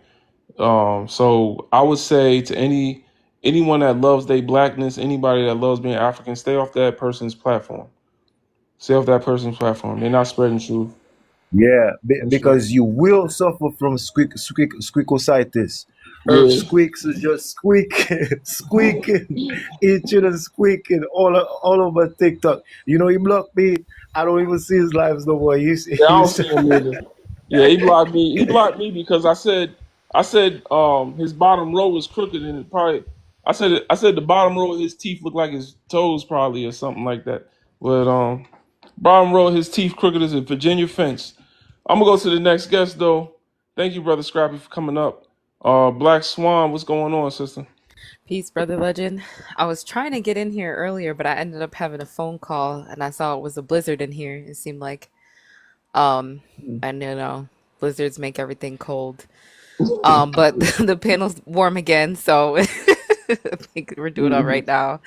Are interracial marriages between black and white people ethical? Wait, hold on. You said it was snowing? Yeah, it seemed like it was snowing in the comments section. Oh, I'm like, where the Like hell you at? no. When because I couldn't hear because I was on another call, but I Like was you in looking at the Australia or live. some shit. Oh, okay. But I was like, wow, these comments. I was like, who sent them in here today? Because this is wild. But yeah, it's warmer in here now. It's looking like a lot of Hmm. people look like us, so we good. Absolutely. But yeah, these types of marriages are not ethical in any way, shape, or form. When we have these conversations with YT men and YT women about interracial relationships, right? Their number one talking point, it's like they all read it from a script, the same script, right? They say love is love. People should be able to love who we want. That's in the past, all this other stuff, right? When we start to talk about or question them about the things that we are experiencing as black people currently globally, all of a sudden they don't want to have the conversation, right? Hmm. And to me, that speaks volumes. Y'all want to be able to get into a relationship with a black person, but you don't want to take the time to even just listen in a conversation where we're talking about racism, where we're talking about the impacts that it has on black children, black women, black men, black elders, right? But y'all want to get into a relationship and y'all want to sit here and say that it's ethical? Absolutely not.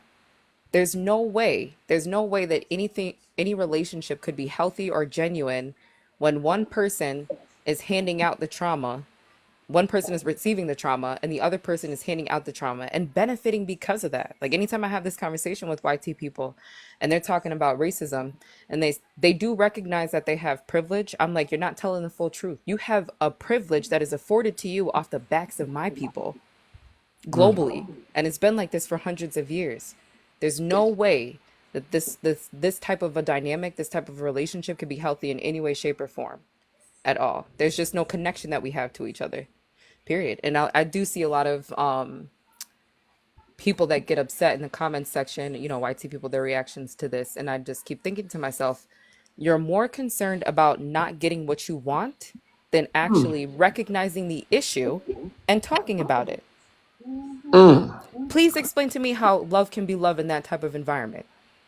Even and what you just brought up with the YT mothers, that's something I've been talking about lately because a lot of people don't realize they were not allowed to have black biracial children before. They were not allowed to have interracial relationships. So what do you think was happening to those children? I read I think it was They Were Her Property or maybe another book, but there were women that would trigger warning, boil their children because they didn't like the color of their skin. Carry this child for 9 months, push it out, and then put it in boiling water. That's how careless they were. And there's a direct correlation between that behavior and how neglectful YT women are now to their black biracial children.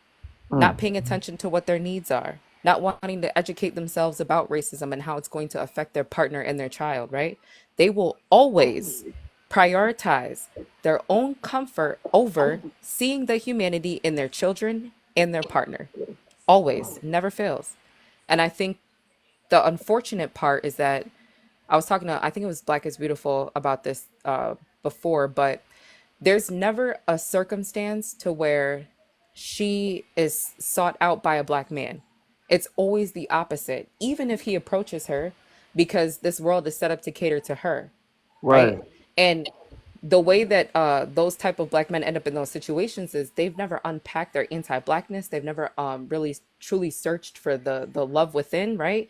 So they end up being susceptible. So yeah, he may approach her, but she already knows after a one conversation with him, right? Oh, you know what?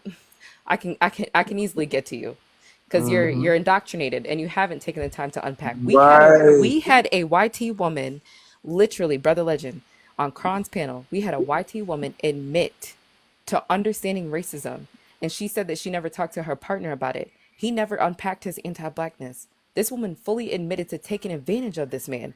She understands racism. She understands oppression and all of those things, and the issues that her community brings to him.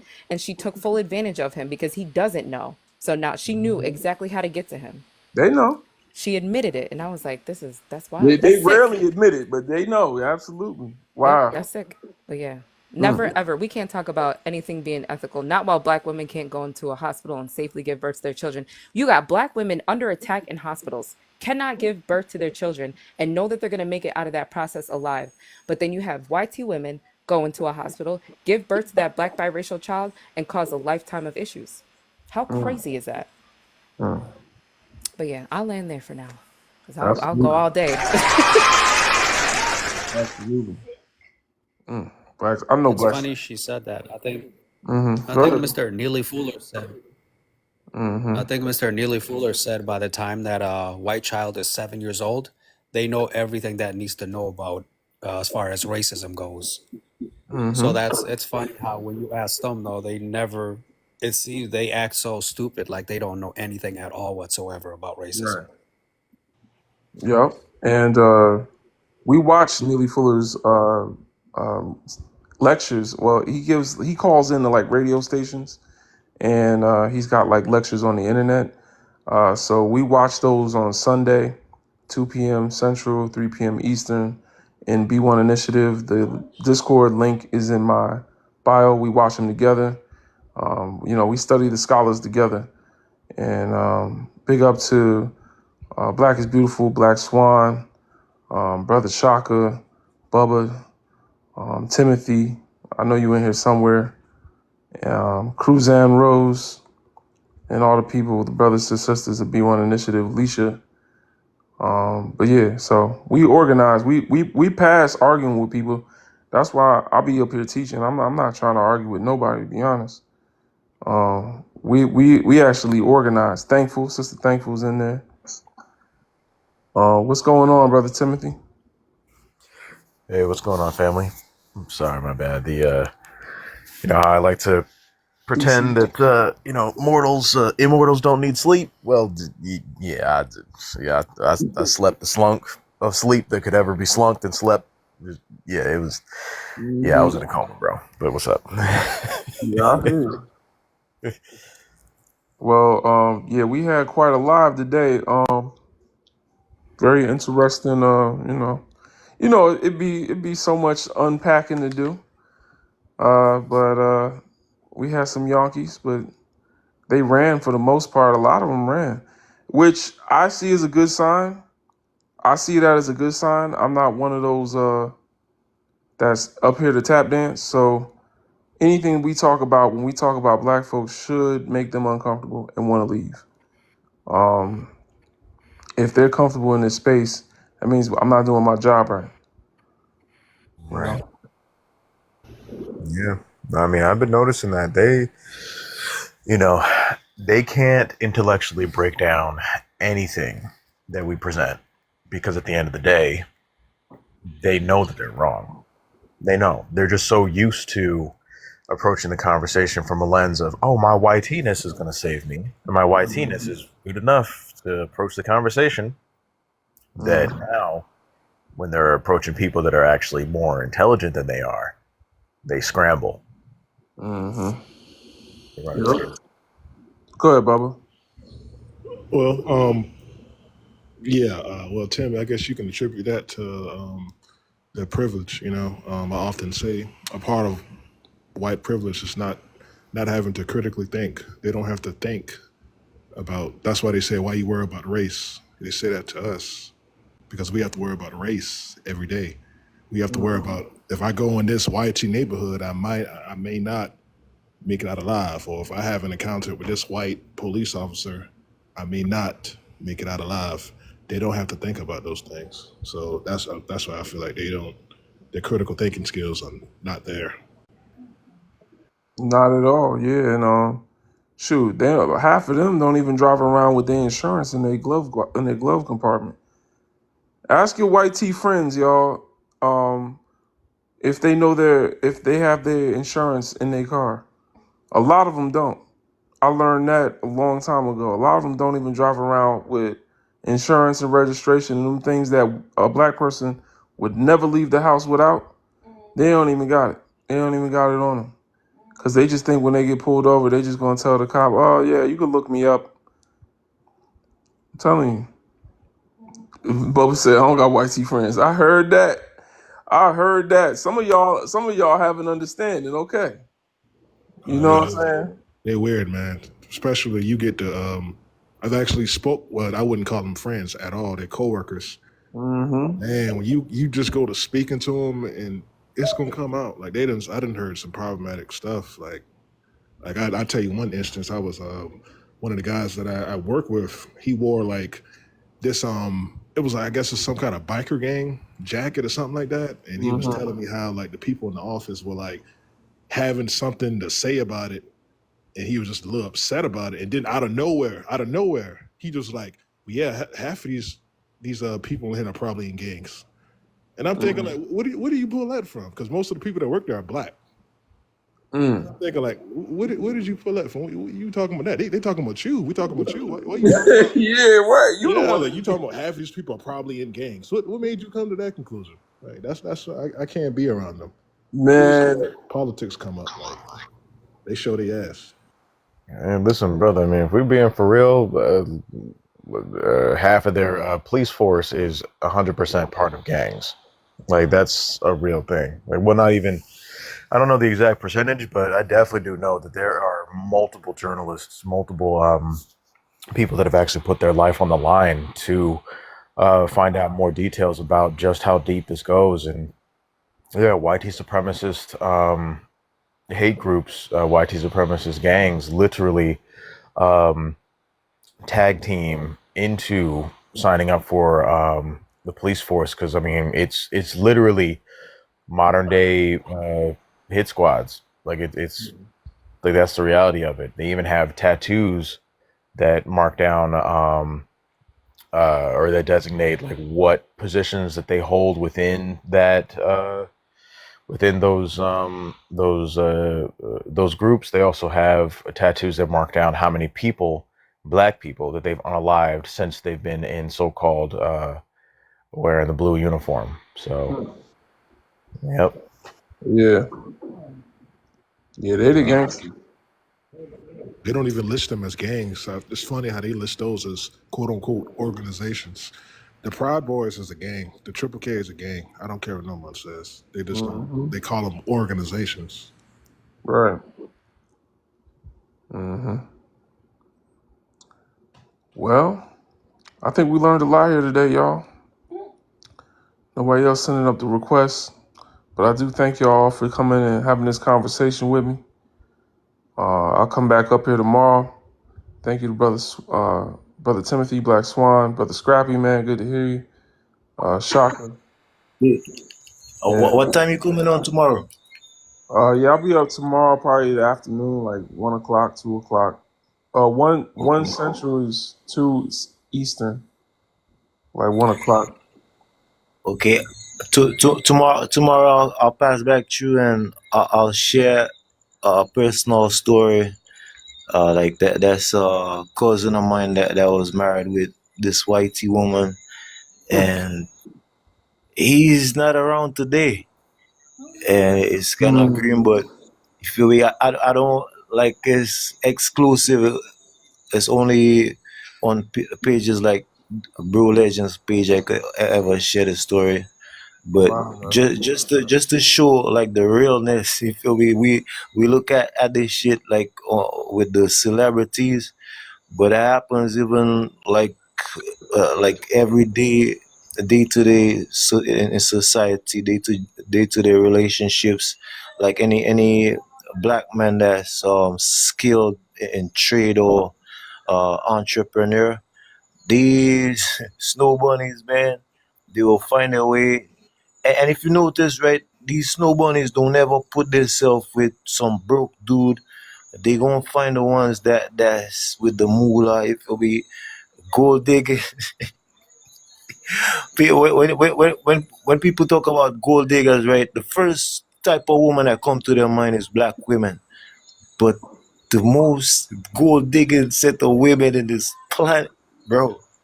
Let me just mute my mic. Come tomorrow. Make sure you tune in. All right, absolutely. Yo, man, I appreciate all the moderators. Thank y'all for keeping the live safe.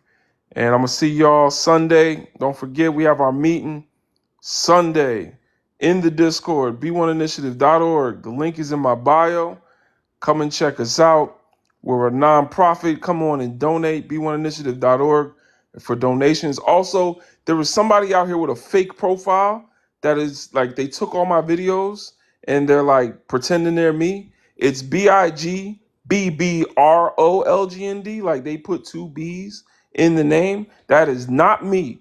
I will not DM you for donations. I don't do that. If you want to send a donation, you can send it on our website.